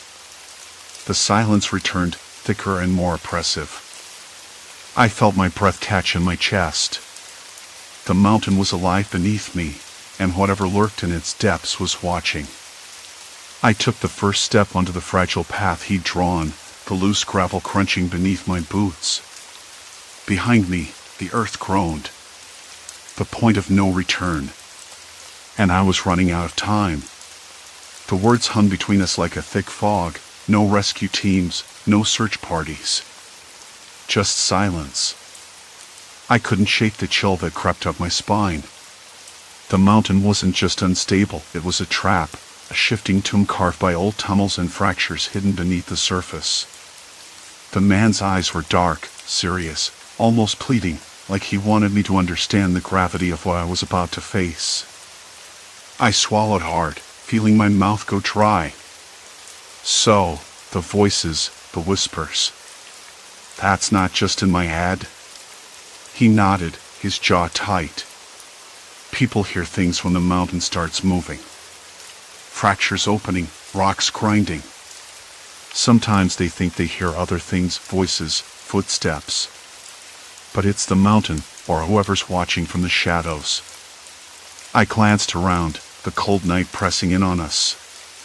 The wind had picked up, rattling the brittle branches overhead, carrying a faint scent of damp earth and something metallic, like rusted iron. Who's watching? I asked, my voice barely above a whisper. He hesitated. Locals. Folks who live in the valley below. They don't want outsiders poking around, especially not near the old mines. They say the mountain's got secrets better left alone. I blinked. That's comforting. The sarcasm didn't quite mask the unease settling into my bones. He shrugged, but his gaze didn't waver. I'm just telling you what I know. You can decide what to do. The silence stretched between us, thick and suffocating. I tried to steady my breathing, but the rhythmic crunch of my boots on loose gravel felt too loud, like an alarm bell in the stillness. Somewhere far off, a dog barked twice, sharp and sudden, then faded into the dark. I rubbed my arms, the cold seeping through my jacket. I need to keep moving, I said finally. I can't just stay here. He nodded, stepping back into the shadows. Be careful. The paths change faster than you think. What was there yesterday might be gone tomorrow. I swallowed the lump in my throat, turning away. The beam of my flashlight cut through the darkness, catching on the jagged rocks and twisted roots that clawed at the earth like desperate fingers. The trail stretched ahead, uneven, uncertain. As I walked, my mind spun with everything I'd heard. Disappearances. Hidden tunnels. A mountain alive beneath my feet, reshaping itself. The thought made the ground feel less solid, less trustworthy. I stopped briefly, crouching to examine the dirt. There, fresh cracks spider-webbed across the surface, tiny fissures yawning open like wounds. I pressed my fingers against the earth. It trembled faintly. The mountain was breathing, shifting beneath me. A sudden sound made me jerk upright, a faint scrape, like nails on stone. I froze, heart hammering. The beam of my flashlight swung left, then right, but there was nothing. The silence pressed in again, tighter. I told myself it was just the mountain settling. Or maybe a small animal disturbed by my presence. Still, the unease gnawed at me. Further up the trail, the ground dipped sharply. I paused at the edge of what looked like a collapsed path. Yesterday, this had been a narrow ledge. Now it was gone, swallowed by a fresh landslide. The earth had claimed it overnight. I swallowed hard and looked back. The trail behind me was fractured, chunks of rock missing, the path swallowed by a fresh scar. No way back without risking a fall. A cold wave of isolation swept through me.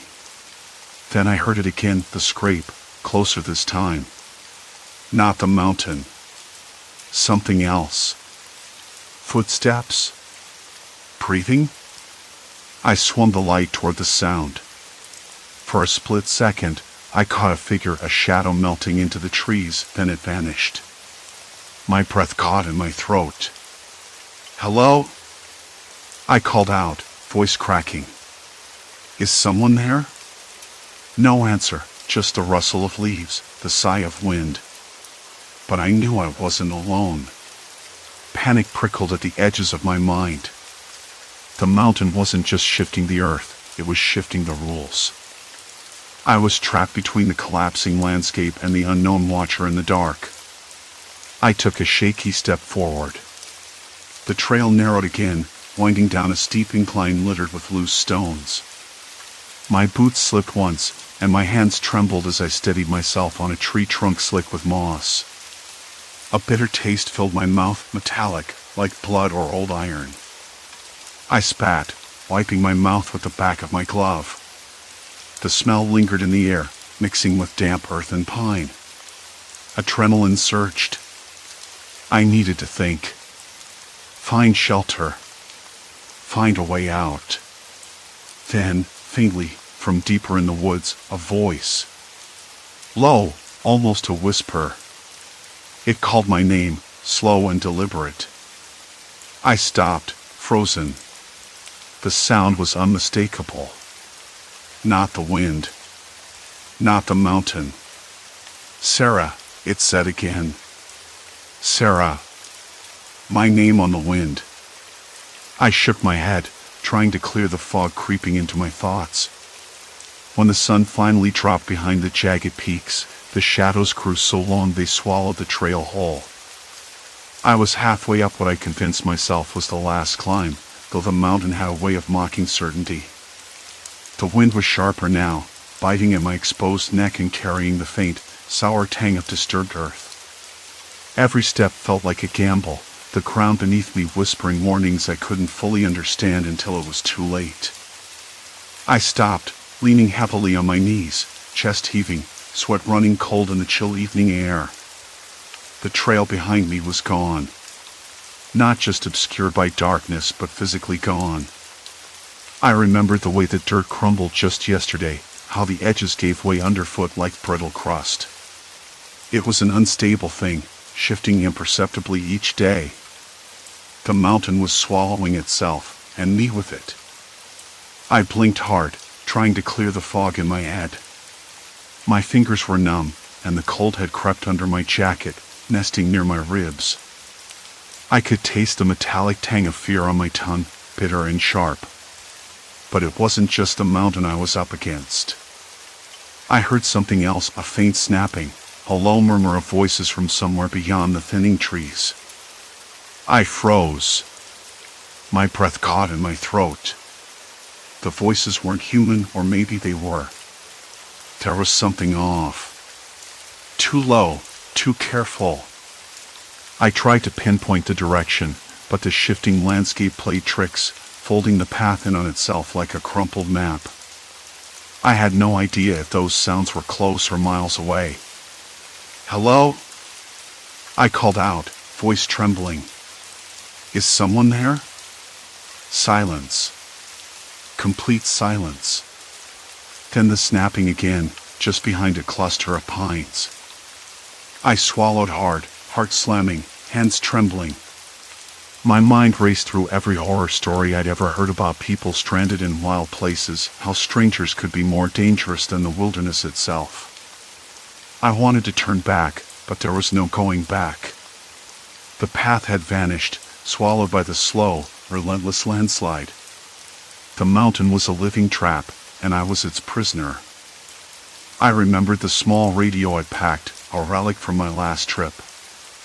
I fumbled through my pack, fingers shaking, and pulled it out. Static hissed in my ear before a faint voice cut through. If you can hear this, stay put. Rescue is coming. Coordinates are locked in your GPS. Relief was a wave crashing over me, but it was tempered by exhaustion and doubt. Rescue? How long before they'd find me? The last 48 hours had taught me how quickly hope could turn brittle here. I sat down on a rock, the cold seeping through my clothes. Around me, the mountain groaned softly, like a beast settling in for the night. I closed my eyes and tried to quiet the storm in my head. The shifting earth, the disappearing paths, the voices in the dark, they all felt like parts of a nightmare I couldn't wake from.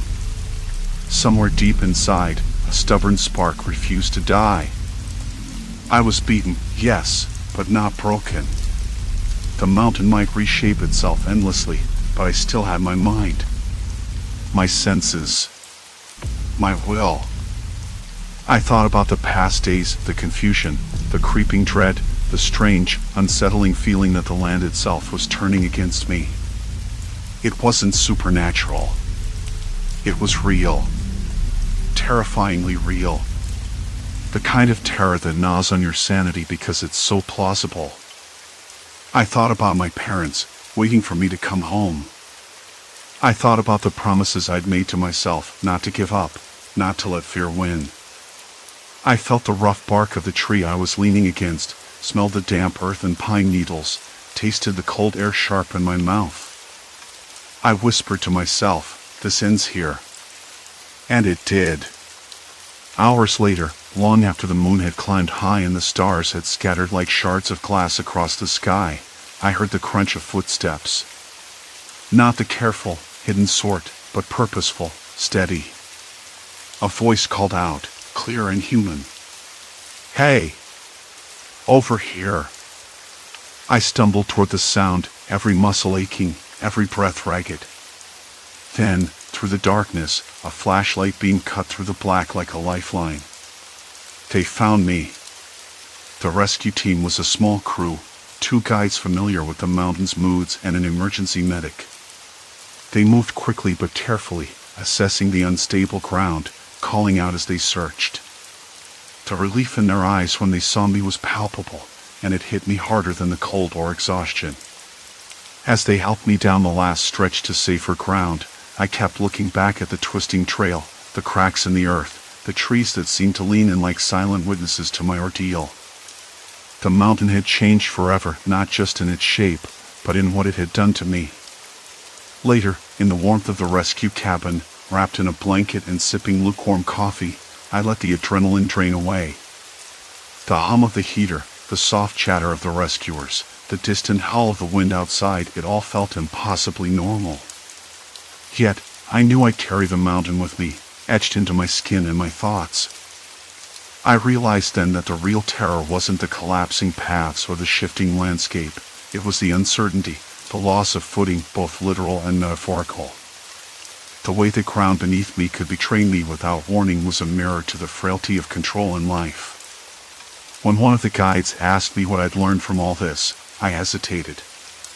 The answer wasn't simple. "I learned," I said finally, voice soft but steady, "that some places can change faster than you expect. And sometimes, you have to change with them. Or you don't make it at all." They nodded, understanding in their eyes, and for the first time in days, I allowed myself to believe that I might. In the weeks that followed, I kept the mountain close in my thoughts. I wrote down every detail, every shift, every whisper of the earth's movement. The trail might never be the same, and neither would I. But the mountain had not defeated me. It had taught me something essential about survival, not just the physical kind, but the kind rooted deep in resilience and acceptance. I won't pretend the fear vanished overnight. It still lurks in quiet moments, when the wind rattles the windows or when the ground feels oddly unstable beneath my feet.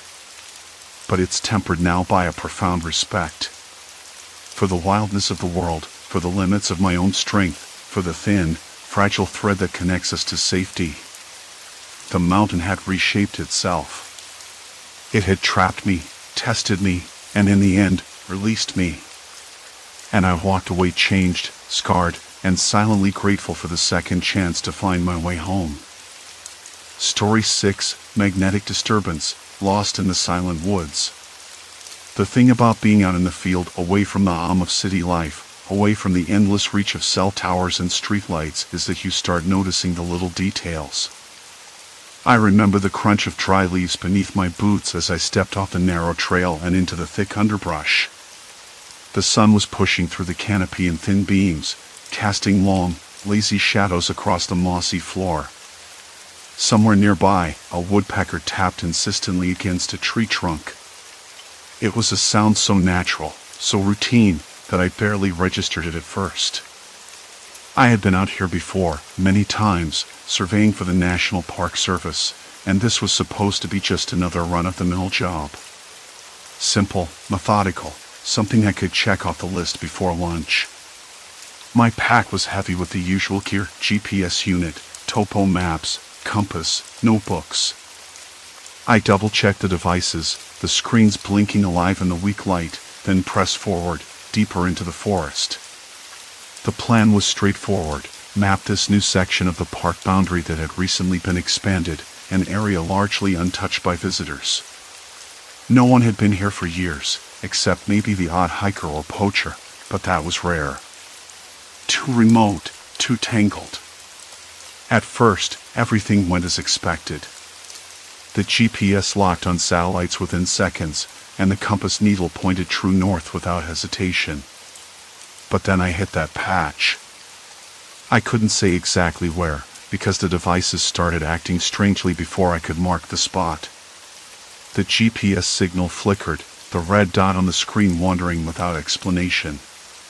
The compass needle wavered, spinning almost like it was losing its grip on the magnetic field. I stopped. My breath caught, not with fear exactly, but with a sense of confusion I couldn't shake. I pulled the compass out again, holding it level in my palm, watching the needle chitter and twitch like a trapped insect. The GPS tried to recalibrate but soon gave up altogether, the screen blanking out before flashing an error code I'd never seen before. Must be a glitch, I muttered to myself, though my voice sounded oddly small in the vast stillness. I tapped the screen, blew on the compass, checked the batteries. Nothing changed. I crouched down and pulled out my notebook, scratching a quick note. The air here felt different. I could taste it, something metallic, almost like the sharp tang of blood, though I knew it wasn't. Maybe it was just the dampness mixing with the smell of decomposing leaves. Either way, it stuck with me. Something about that spot felt wrong, though I couldn't say what. Like I'd crossed an invisible line, and the forest had pulled a curtain close behind me.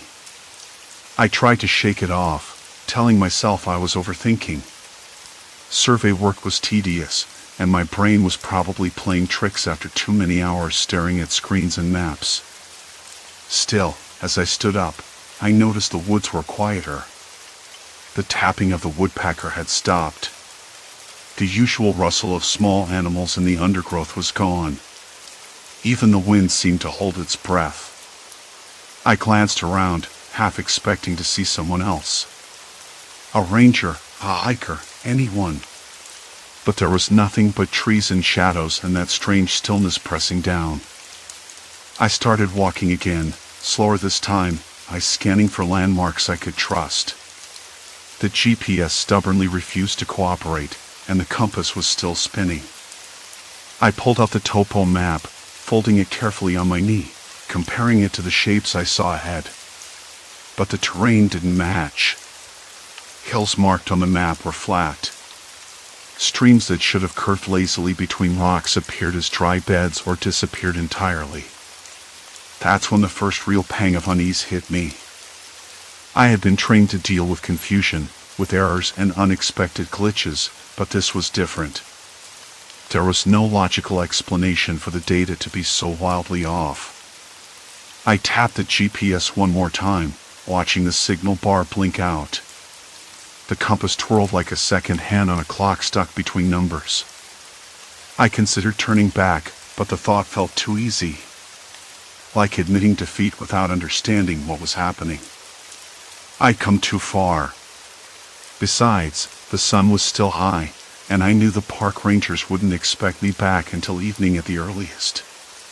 Something scratched at the back of my mind, a faint memory, maybe, or a warning buried under layers of routine and training. I couldn't place it. I pressed on, notebook in hand, jotting down observations. Every time I looked at the map, the landscape seemed to shift beneath my eyes. Trees that should have been clustered were scattered, clearings vanished into thickets of brambles I hadn't noticed before. I stopped twice to check my footing, stepping carefully over roots slick with moss. The dampness soaked through my boots, cold and stubborn. By mid-afternoon, I was thoroughly disoriented. The sun had dropped lower, casting longer shadows that stretched and twisted like fingers between the trunks. My throat felt dry, even though I'd been careful to sip water regularly. The air smelled heavier now, a mixture of wet earth and something faintly metallic again. I pulled out my radio, flipping the switch.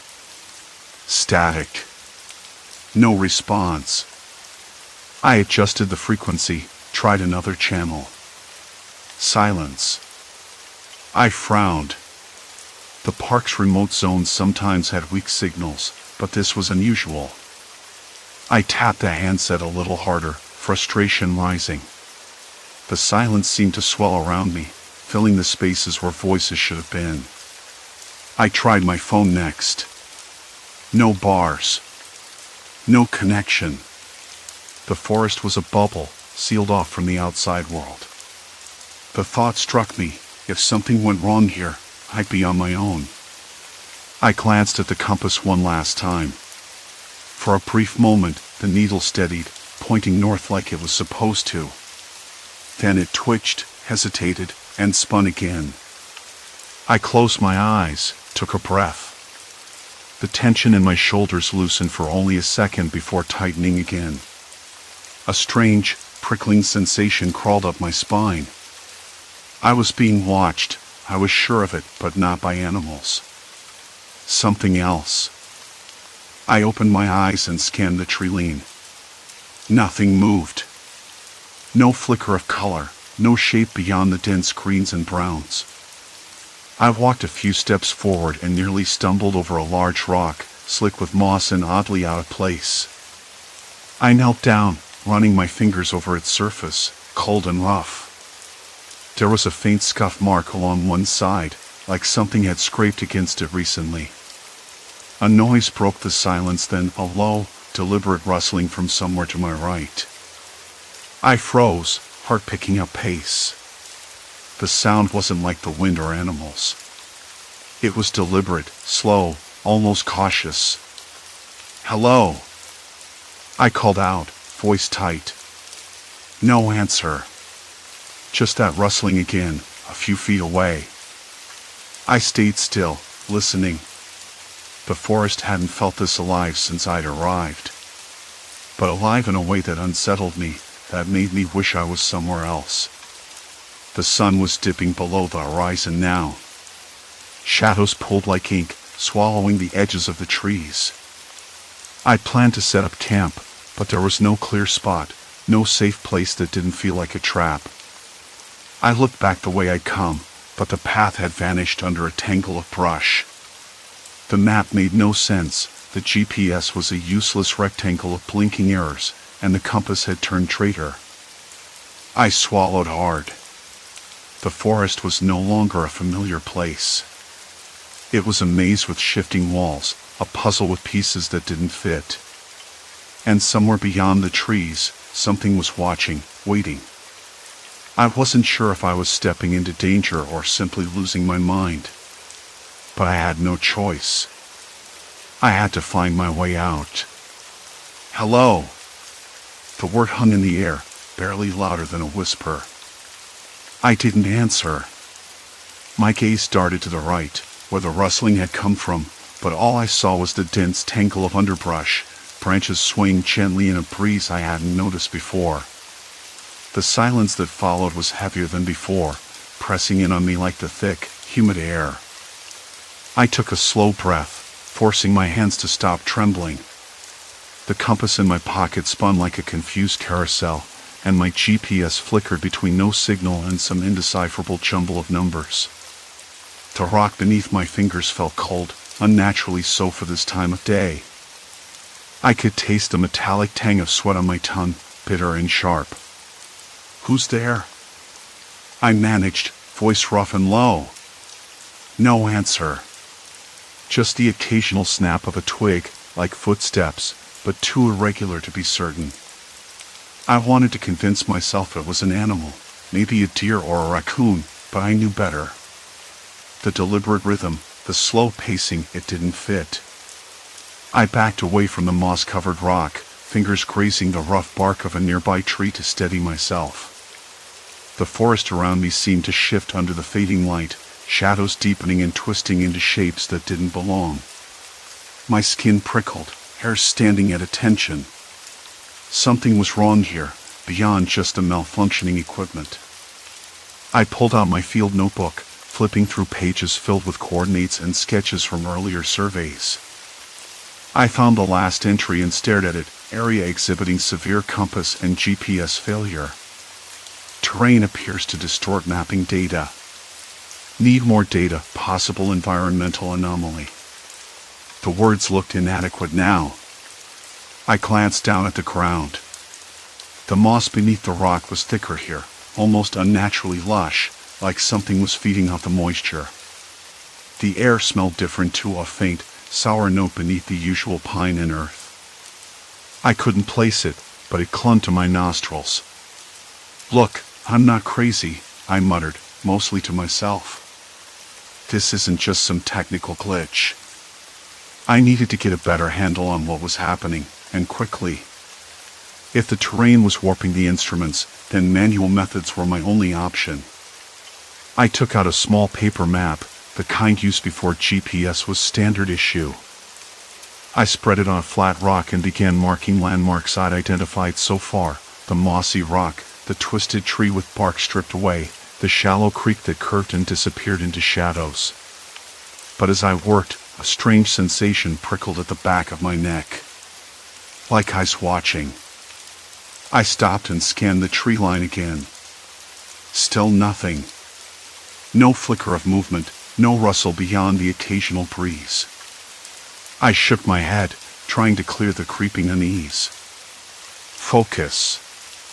I decided to move deeper into the area, taking notes by hand, measuring distances with a tape measure rather than relying on faulty electronics. Every step felt heavier, as if the forest was resisting. The ground beneath my boots softened, patches of mud sucking at the soles, making each footfall a small battle.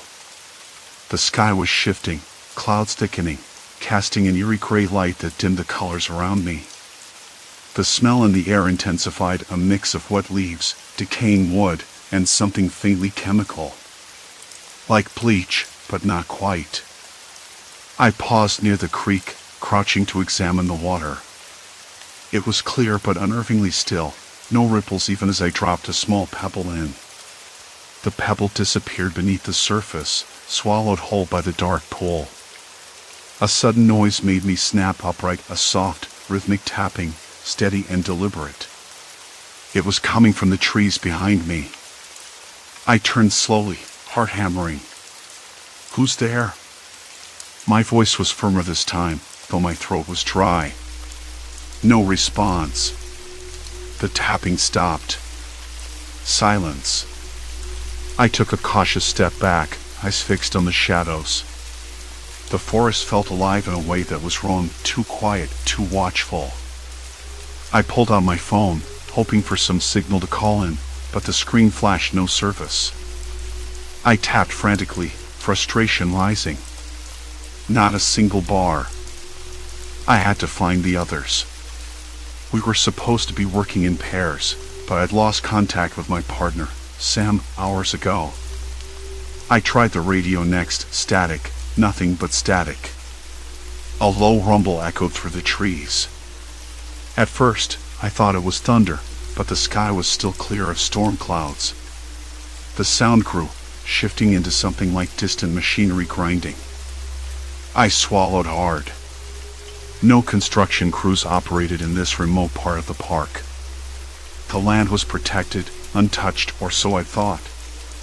I moved cautiously toward the source, every sense alert. The underbrush thickened, branches snagging my jacket, leaves brushing my skin like cold fingers.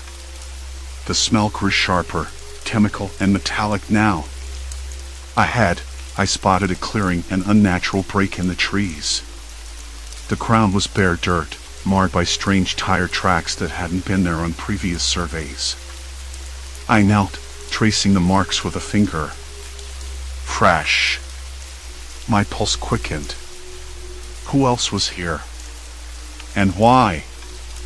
A sudden movement caught my eye, a figure stepping out from behind a tree at the edge of the clearing. Tall, wearing a dark jacket and a white-brimmed hat that shadowed their face. No tool, but the presence alone felt like a challenge. "Hey," I called, voice steady despite the adrenaline. "I'm surveying this area." "Who are you?" The figure said nothing, just tilted their head slightly, as if considering me. The tapping noise started again, faint but unmistakable. I glanced around, heart pounding. The trees seemed to close in, the shadows deepening. That prickling sensation returned, crawling up my spine faster this time. I needed answers, but suddenly, the idea of pressing forward felt like a mistake. "Listen," I said, keeping my tone calm, "I don't want trouble. Just trying to do my job." The figure took a slow step closer. "You shouldn't be here," a voice finally tame, low and rough but not unkind. "This place, it doesn't want to be found." I swallowed again. Neither do I. But something's wrong here. The instruments, the land, it's all distorted, the figure interrupted. I know. I've seen it too. A flicker of relief mixed with confusion. You have? They nodded. But the more you try to control it, the worse it gets. The land fights back. And people don't like being watched. I glanced down at my notebook, feeling the weight of the unknown pressing in. Who are you? Someone who's been here longer than you, they said quietly. And someone who's learned that sometimes the best thing to do is to walk away. The wind picked up, rustling leaves and scattering my papers across the clearing. I bent to gather them, but when I looked up, the figure was gone. Just like that. The tapping stopped. The eerie stillness returned. I stood alone, the cold dirt underfoot and the thick forest waiting, silent and watchful. I could leave. I wanted to leave. But something told me I wouldn't. Not yet. Not until I understood what this place was hiding. The tapping stopped. The figure didn't move either, just stood there like some part of the forest itself, perfectly still, watching. The air between us thickened, heavy with something I couldn't name. My jacket, damp with sweat now, clung to my skin, and the cold fingers of unease crawled higher. I tried to swallow the lump in my throat, but the quiet between the trees was so complete it felt like sound itself was being swallowed whole. Look, I said, stepping forward cautiously. I'm not here to cause trouble. My voice felt small, swallowed by the rustling leaves and the distant creak of branches. The figure tilted their head again, and I could swear I caught the faintest twitch of a smile, though I wasn't sure if it was real or just the shadows playing tricks on me. I glanced down at the tire tracks. Fresh. Whoever or whatever had been here wasn't just passing through. Not in this empty, forgotten corner of the park. The metal tang in the air grew stronger, like spilled blood mixing with rust and oil. I swallowed hard. This wasn't just about a broken GPS signal anymore. Something else was at work here. The figure finally spoke. The voice was low, deliberate, almost hollow. You're not supposed to be here. I blinked.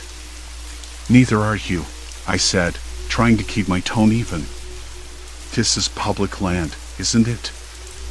I'm just mapping. Mapping, the figure repeated, voice like gravel. They don't want you mapping. Not here. A strange chill swept through me. The temperature dropped noticeably, not because the sun was setting, it was high enough still, but because the atmosphere felt thick, like a weight pressing down. Who's they?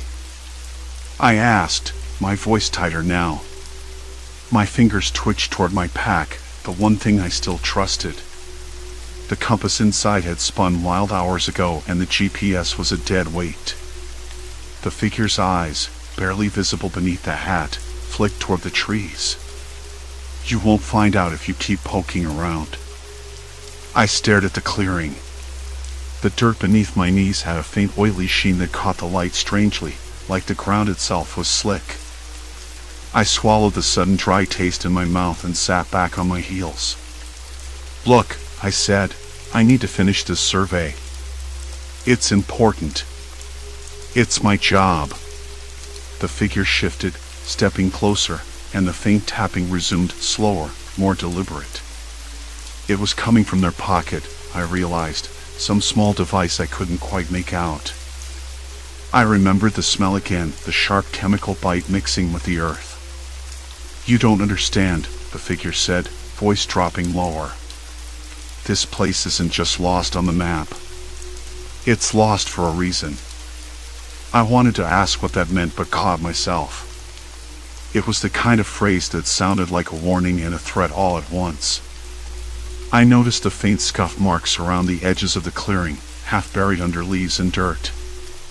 They looked like footprints, but oddly flat, as if someone had tried to erase them. But you can't erase footprints in dirt. Not really. I rose slowly, brushing off dirt. I don't want trouble. If you want me to leave. Leaving isn't an option, the figure interrupted. Their eyes locked on mine, intense now, piercing. You've crossed into something bigger. You weren't supposed to see this, to know it exists. The words hit me like a punch in the gut. Bigger than what? Some kind of illegal operation? Environmental damage? Or something worse? I glanced around. The forest was unnervingly silent. No birds. No insects. Just the faint crackle of the wind pulling at dead leaves. Why are you here? I asked, voice barely above a whisper. For the same reason you are, they said, voice roughening. To watch. To keep others away. I frowned. Who else? The figure's hand moved to their pocket again, pulling out a small, worn notebook. There are others, they said, flipping it open. The pages were filled with sketches, maps, none of which made sense to me. Lines that twisted and tangled, shapes that didn't match any real-world geography. But buried in the chaos were notes. Words like interference, suppression, and containment. I reached out, hesitating. What is this? Data. The figure's eyes darkened. Proof that this place isn't natural. That it's been manipulated, engineered. By people who don't want anyone poking their noses into it. I swallowed hard. Engineered? Like man-made? Yes. The tapping stopped abruptly. That's why your equipment fails. That's why the maps don't hold up. The terrain itself has been altered, wired, manipulated, erased. Everything we think we know about this park is a lie. I took a shaky breath, the metallic tang thick in my mouth. My mind raced, piecing things together. The distorted GPS signals, the compass spinning like a top, the erasing footprints, the fresh tire tracks, all signs someone had been here, working or hiding something. But why? I asked. What could be so important that they'd go to all this trouble? The figure shrugged, but there was no humor in it. Control. Secrets. Power. Maybe something no one's supposed to ever find. I felt a sudden weight in my chest, a sinking feeling that the survey was no longer just about collecting data. I'd stepped into something far beyond routine. My own tools, my own knowledge, suddenly felt useless. Can I leave? I asked, voice barely steady. The figure shook their head. Not now. Not after you've seen this. I looked back toward the edge of the clearing, toward the thick wall of trees. A sudden, sharp noise cut through the air, cold and heavy with silence, a distant engine revving low and fast. The sound bounced off the hills, growing closer. My pulse jumped. The figure glanced toward the sound, then back at me. They're coming, they said. You've got to decide, stay and help, or run and never come back. But if you run, you'll never get out the way you came. I swallowed hard, the metallic taste stronger now, almost choking me. Every instinct screamed to turn and bolt, but I knew better. The forest had shifted beneath me, and the path back had vanished. Something else was waiting. A cold wind swept through the clearing, rustling the leaves, whispering warnings I couldn't quite catch. My hands trembled. The figure folded the notebook and tucked it away, stepping closer. We don't have much time, they said quietly. You're in this now. There's no turning back. The sun dipped lower, sending long shadows across the bare dirt. And in that fading light, I realized the survey was over. Something else had begun. Can I leave? I asked, my voice barely above a whisper, the metallic taste in my mouth lingering like a bad memory. The figure glanced at me, eyes sharp but unreadable under the low light. "You can try," he said, "but you won't get far." That stopped me cold. The gravity in his voice broke through the fog of adrenaline and confusion. "Why not?" I pressed. "If this is some kind of secret operation, why not just let me go? No one's after me." He shook his head slowly. "Because once you've seen it, once you stepped inside, they don't let you walk away. Not without consequences." I swallowed hard, the weight of his words sinking in. My instinct screamed at me to bolt, to run back the way I'd come, but I knew better. There was no easy escape here. Not from whatever this place was. The forest around us felt alive in a new, sinister way. The usual night sounds, the rustle of leaves, distant calls of owls, had been replaced by a thick, oppressive silence. Even the air had changed, colder, heavier, like breathing through a wet blanket. My skin prickled, goosebumps crawling over my arms despite the suffocating humidity. I glanced down at my equipment. The GPS was dead, compass useless. The maps, frayed, incomplete, mocked my efforts. This land wasn't just confusing, it was actively erasing itself. And someone, or something, was behind it. "What do you want from me?" I asked. The man's eyes locked onto mine. "Information. Cooperation. Survival." Survival? The word punched me in the gut. I hadn't been thinking in those terms. I'd been so focused on solving the puzzle, on proving that this place was real, that I hadn't considered how dangerous it was. "Look," I said, trying to steady my voice, "I'm just a surveyor. I'm not involved in whatever this is. I don't want trouble." He took a step closer, his breath faint but smelling like earth and old sweat. "Trouble found you the moment you crossed into the zone. You should have turned back when you had the chance." I wanted to argue, to say I hadn't been warned. But the truth was, I'd been warned. I just hadn't listened. My mind raced. If I stayed here, I risked getting tangled in something far beyond my control. But if I left, I'd be admitting defeat, letting this mystery swallow another victim. "Tell me what you want," I said finally, voice rough. He exhaled, a slow, deliberate breath. "Follow me. There's something you need to see." I hesitated. The rational part of me screamed no. But a stubborn thread of curiosity, or maybe fear, pushed me forward. We moved through the thick brush, his footsteps silent against the damp earth. I tried to memorize the path, but every landmark seemed to blur and shift, as if the forest itself was rearranging behind me.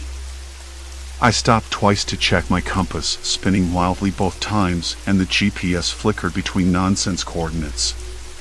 After what felt like an hour but could have been 10 minutes, he stopped at the edge of a clearing. Moonlight spilled unevenly over the ground, illuminating a large, flat stone embedded in the earth like an altar. The man crouched beside it, running his fingers over strange markings etched deep into the surface, symbols that looked part technical diagram, part tribal glyph. I leaned closer, squinting. "Who made this?" I asked. He smiled briefly, but it didn't reach his eyes. "Not who. What?" "The people controlling this park, scientists, engineers, whatever you want to call them, left traces of their work here. This stone is part of the control system." A sudden chill ran through me. "Control system?" He nodded. "To manipulate the environment, the data, the very landscape. To hide things. To erase things." I swallowed hard, trying to connect the dots. "You mean this whole area is like a giant cover-up?" "Exactly." The implications hit me in waves. The missing hikers, the strange equipment failures, the erased trails, it wasn't just natural anomalies. This was deliberate, calculated, and whoever was behind it was still watching. I glanced around the clearing, feeling the weight of unseen eyes. The forest was too quiet again. No insects buzzing, no wind stirring the leaves. Just the steady thump of my own pulse. "Why are you showing me this?" I asked. "Because you're not the first to come here, and you won't be the last. You have a choice. Keep digging and risk disappearing like the others, or walk away and tell no one." I shook my head. "I can't just walk away. Not now." He sighed, standing up. "Then you need to understand what you're up against." Suddenly, a noise broke the silence, a faint crackling from the undergrowth, like dry twigs snapping under a heavy boot. I froze. "Did you hear that?" I whispered. He nodded, eyes narrowing. "They're close. You're not alone." My heart hammered in my chest as the bushes rustled violently. Shadows shifted just beyond the clearing. I could smell wet soil and something else, smoke. No, something fouler, like burned plastic. "Who's there?" I called out, voice trembling despite my efforts to stay calm. No answer. Just a slow, methodical rustling, a creeping sound that made my skin crawl. The man grabbed my arm. "Move. Now!" We plunged back into the forest, branches whipping against my face, roots clawing at my boots. The darkness swallowed us whole, and the panic pressing down on my chest made it hard to breathe. Behind us, the sound grew louder, footsteps, voices, low murmurs carried by the wind. I sat on the cracked bench outside the ranger station, the late afternoon sun spilling unevenly through the canopy, casting restless shadows on the gravel path. My hands still trembled, fingers tracing the faded grain of the wood as if I could absorb some steadiness from it. The air smelled of damp earth and pine resin, sharp against a faint trace of smoke from the nearby fire pit where a few locals had gathered earlier. Quiet murmurs, distant bird calls, the occasional rustle of dry leaves, nothing in this place betrayed the chaos that had unfolded inside me over the past few days. It had taken longer than I wanted to admit, but finally, I understood. The land wasn't just a glitch in the data or a quirk of the compass. It was a puzzle, and it had been solved not by technology or maps, but by raw human experience and a terrible kind of patience. I should have known that no machine could capture the wildness of this place, where the terrain itself seemed to conspire against certainty. I thought back to the first day I'd crossed into the no-man's land, how the GPS flickered, the compass needle wavered like a nervous twitch, and every step forward felt like pushing deeper into a void of meaning. Every attempt to plot the area had ended in frustration, the data corrupt or simply missing. It was as if the forest itself was deliberately erasing its footprints, refusing to be catalogued. I remember the cold sweat on my back as I stared at the screen, a map that made less sense with every update. But what unsettled me most wasn't the malfunctioning instruments. It was what I found there, people. Or something close enough to it. Men and women who had made this place a refuge, hidden away beneath the trees, invisible to the world by design. Not ghosts or specters, but human beings who had rejected the maps, the systems, the very idea of being tracked. I met them on the third day, stumbling on an old trail carved roughly into the hillside. They were wary at first, eyes sharp and guarded, their voices low and clipped. One of them, a woman named Mara, spoke carefully, explaining how the forest had become a sanctuary for those who couldn't or wouldn't exist within the boundaries society imposed. "We're not hiding from the law," she said, "but from everything it represents. Control, surveillance, erasure." At first, I didn't believe her. I thought I'd been caught in some kind of survivalist enclave or fringe community, maybe even a cult. But the more I listened, the more I realized they weren't escaping into fantasy or rebellion. They were surviving by becoming part of the terrain's own resistance. Their presence, their movement, their very existence disrupted the signals, skewed the satellites, and confused the compasses. The land and its people had grown intertwined in a way no one outside could understand. The tension between us was palpable, but I wasn't an enemy. I was a surveyor, an observer. And they needed observers, two people willing to acknowledge their existence without trying to erase it, map it, or tame it. I spent 3 days with them, learning how they navigated by memory and instinct, how they read the nuances of light and shadow, the subtle shifts in the wind that told them where the river had moved or where a fallen tree blocked a path. Their knowledge was intimate, hard-earned, and entirely unrecorded. No satellite could see it. No GPS could track it. But the cost was high. Isolation wasn't just physical. It was psychological, a constant war against invisibility, against being forgotten. Mara told me about others who had tried to leave, only to be swallowed by the indifferent bureaucracy of the outside world, erased again by paperwork and surveillance. Some never made it back.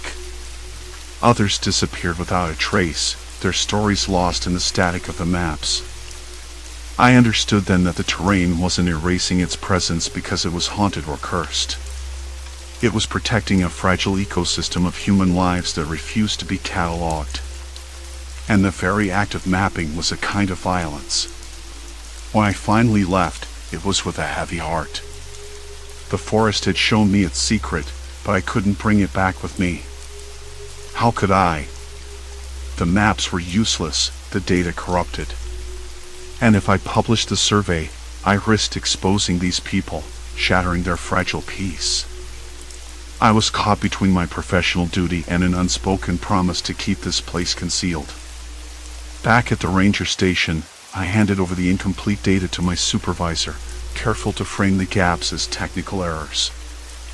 I omitted the parts about the community, about Mara and the others. Sometimes, protecting the truth means hiding it. Now, as the sun dipped lower, I felt the weight of those days settle into my bones. I was different. The forest had marked me, not with scars or wounds, but with a deep unease about certainty and control. I realized how much I had depended on tools and technology to define reality, how easily I had trusted the neat lines on a screen to represent the world. But the world wasn't neat. It was wild, unpredictable, and sometimes it refused to be known.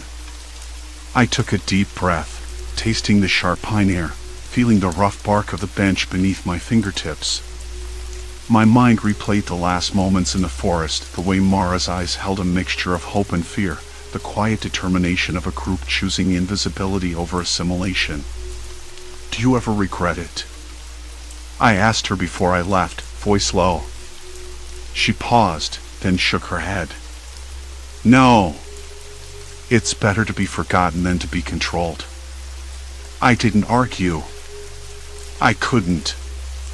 As I stood and folded my gear, the first stars blinked awake above the trees, distant and steady. For once, I didn't try to locate them with a compass or a map. I just looked up and let the darkness hold its secrets.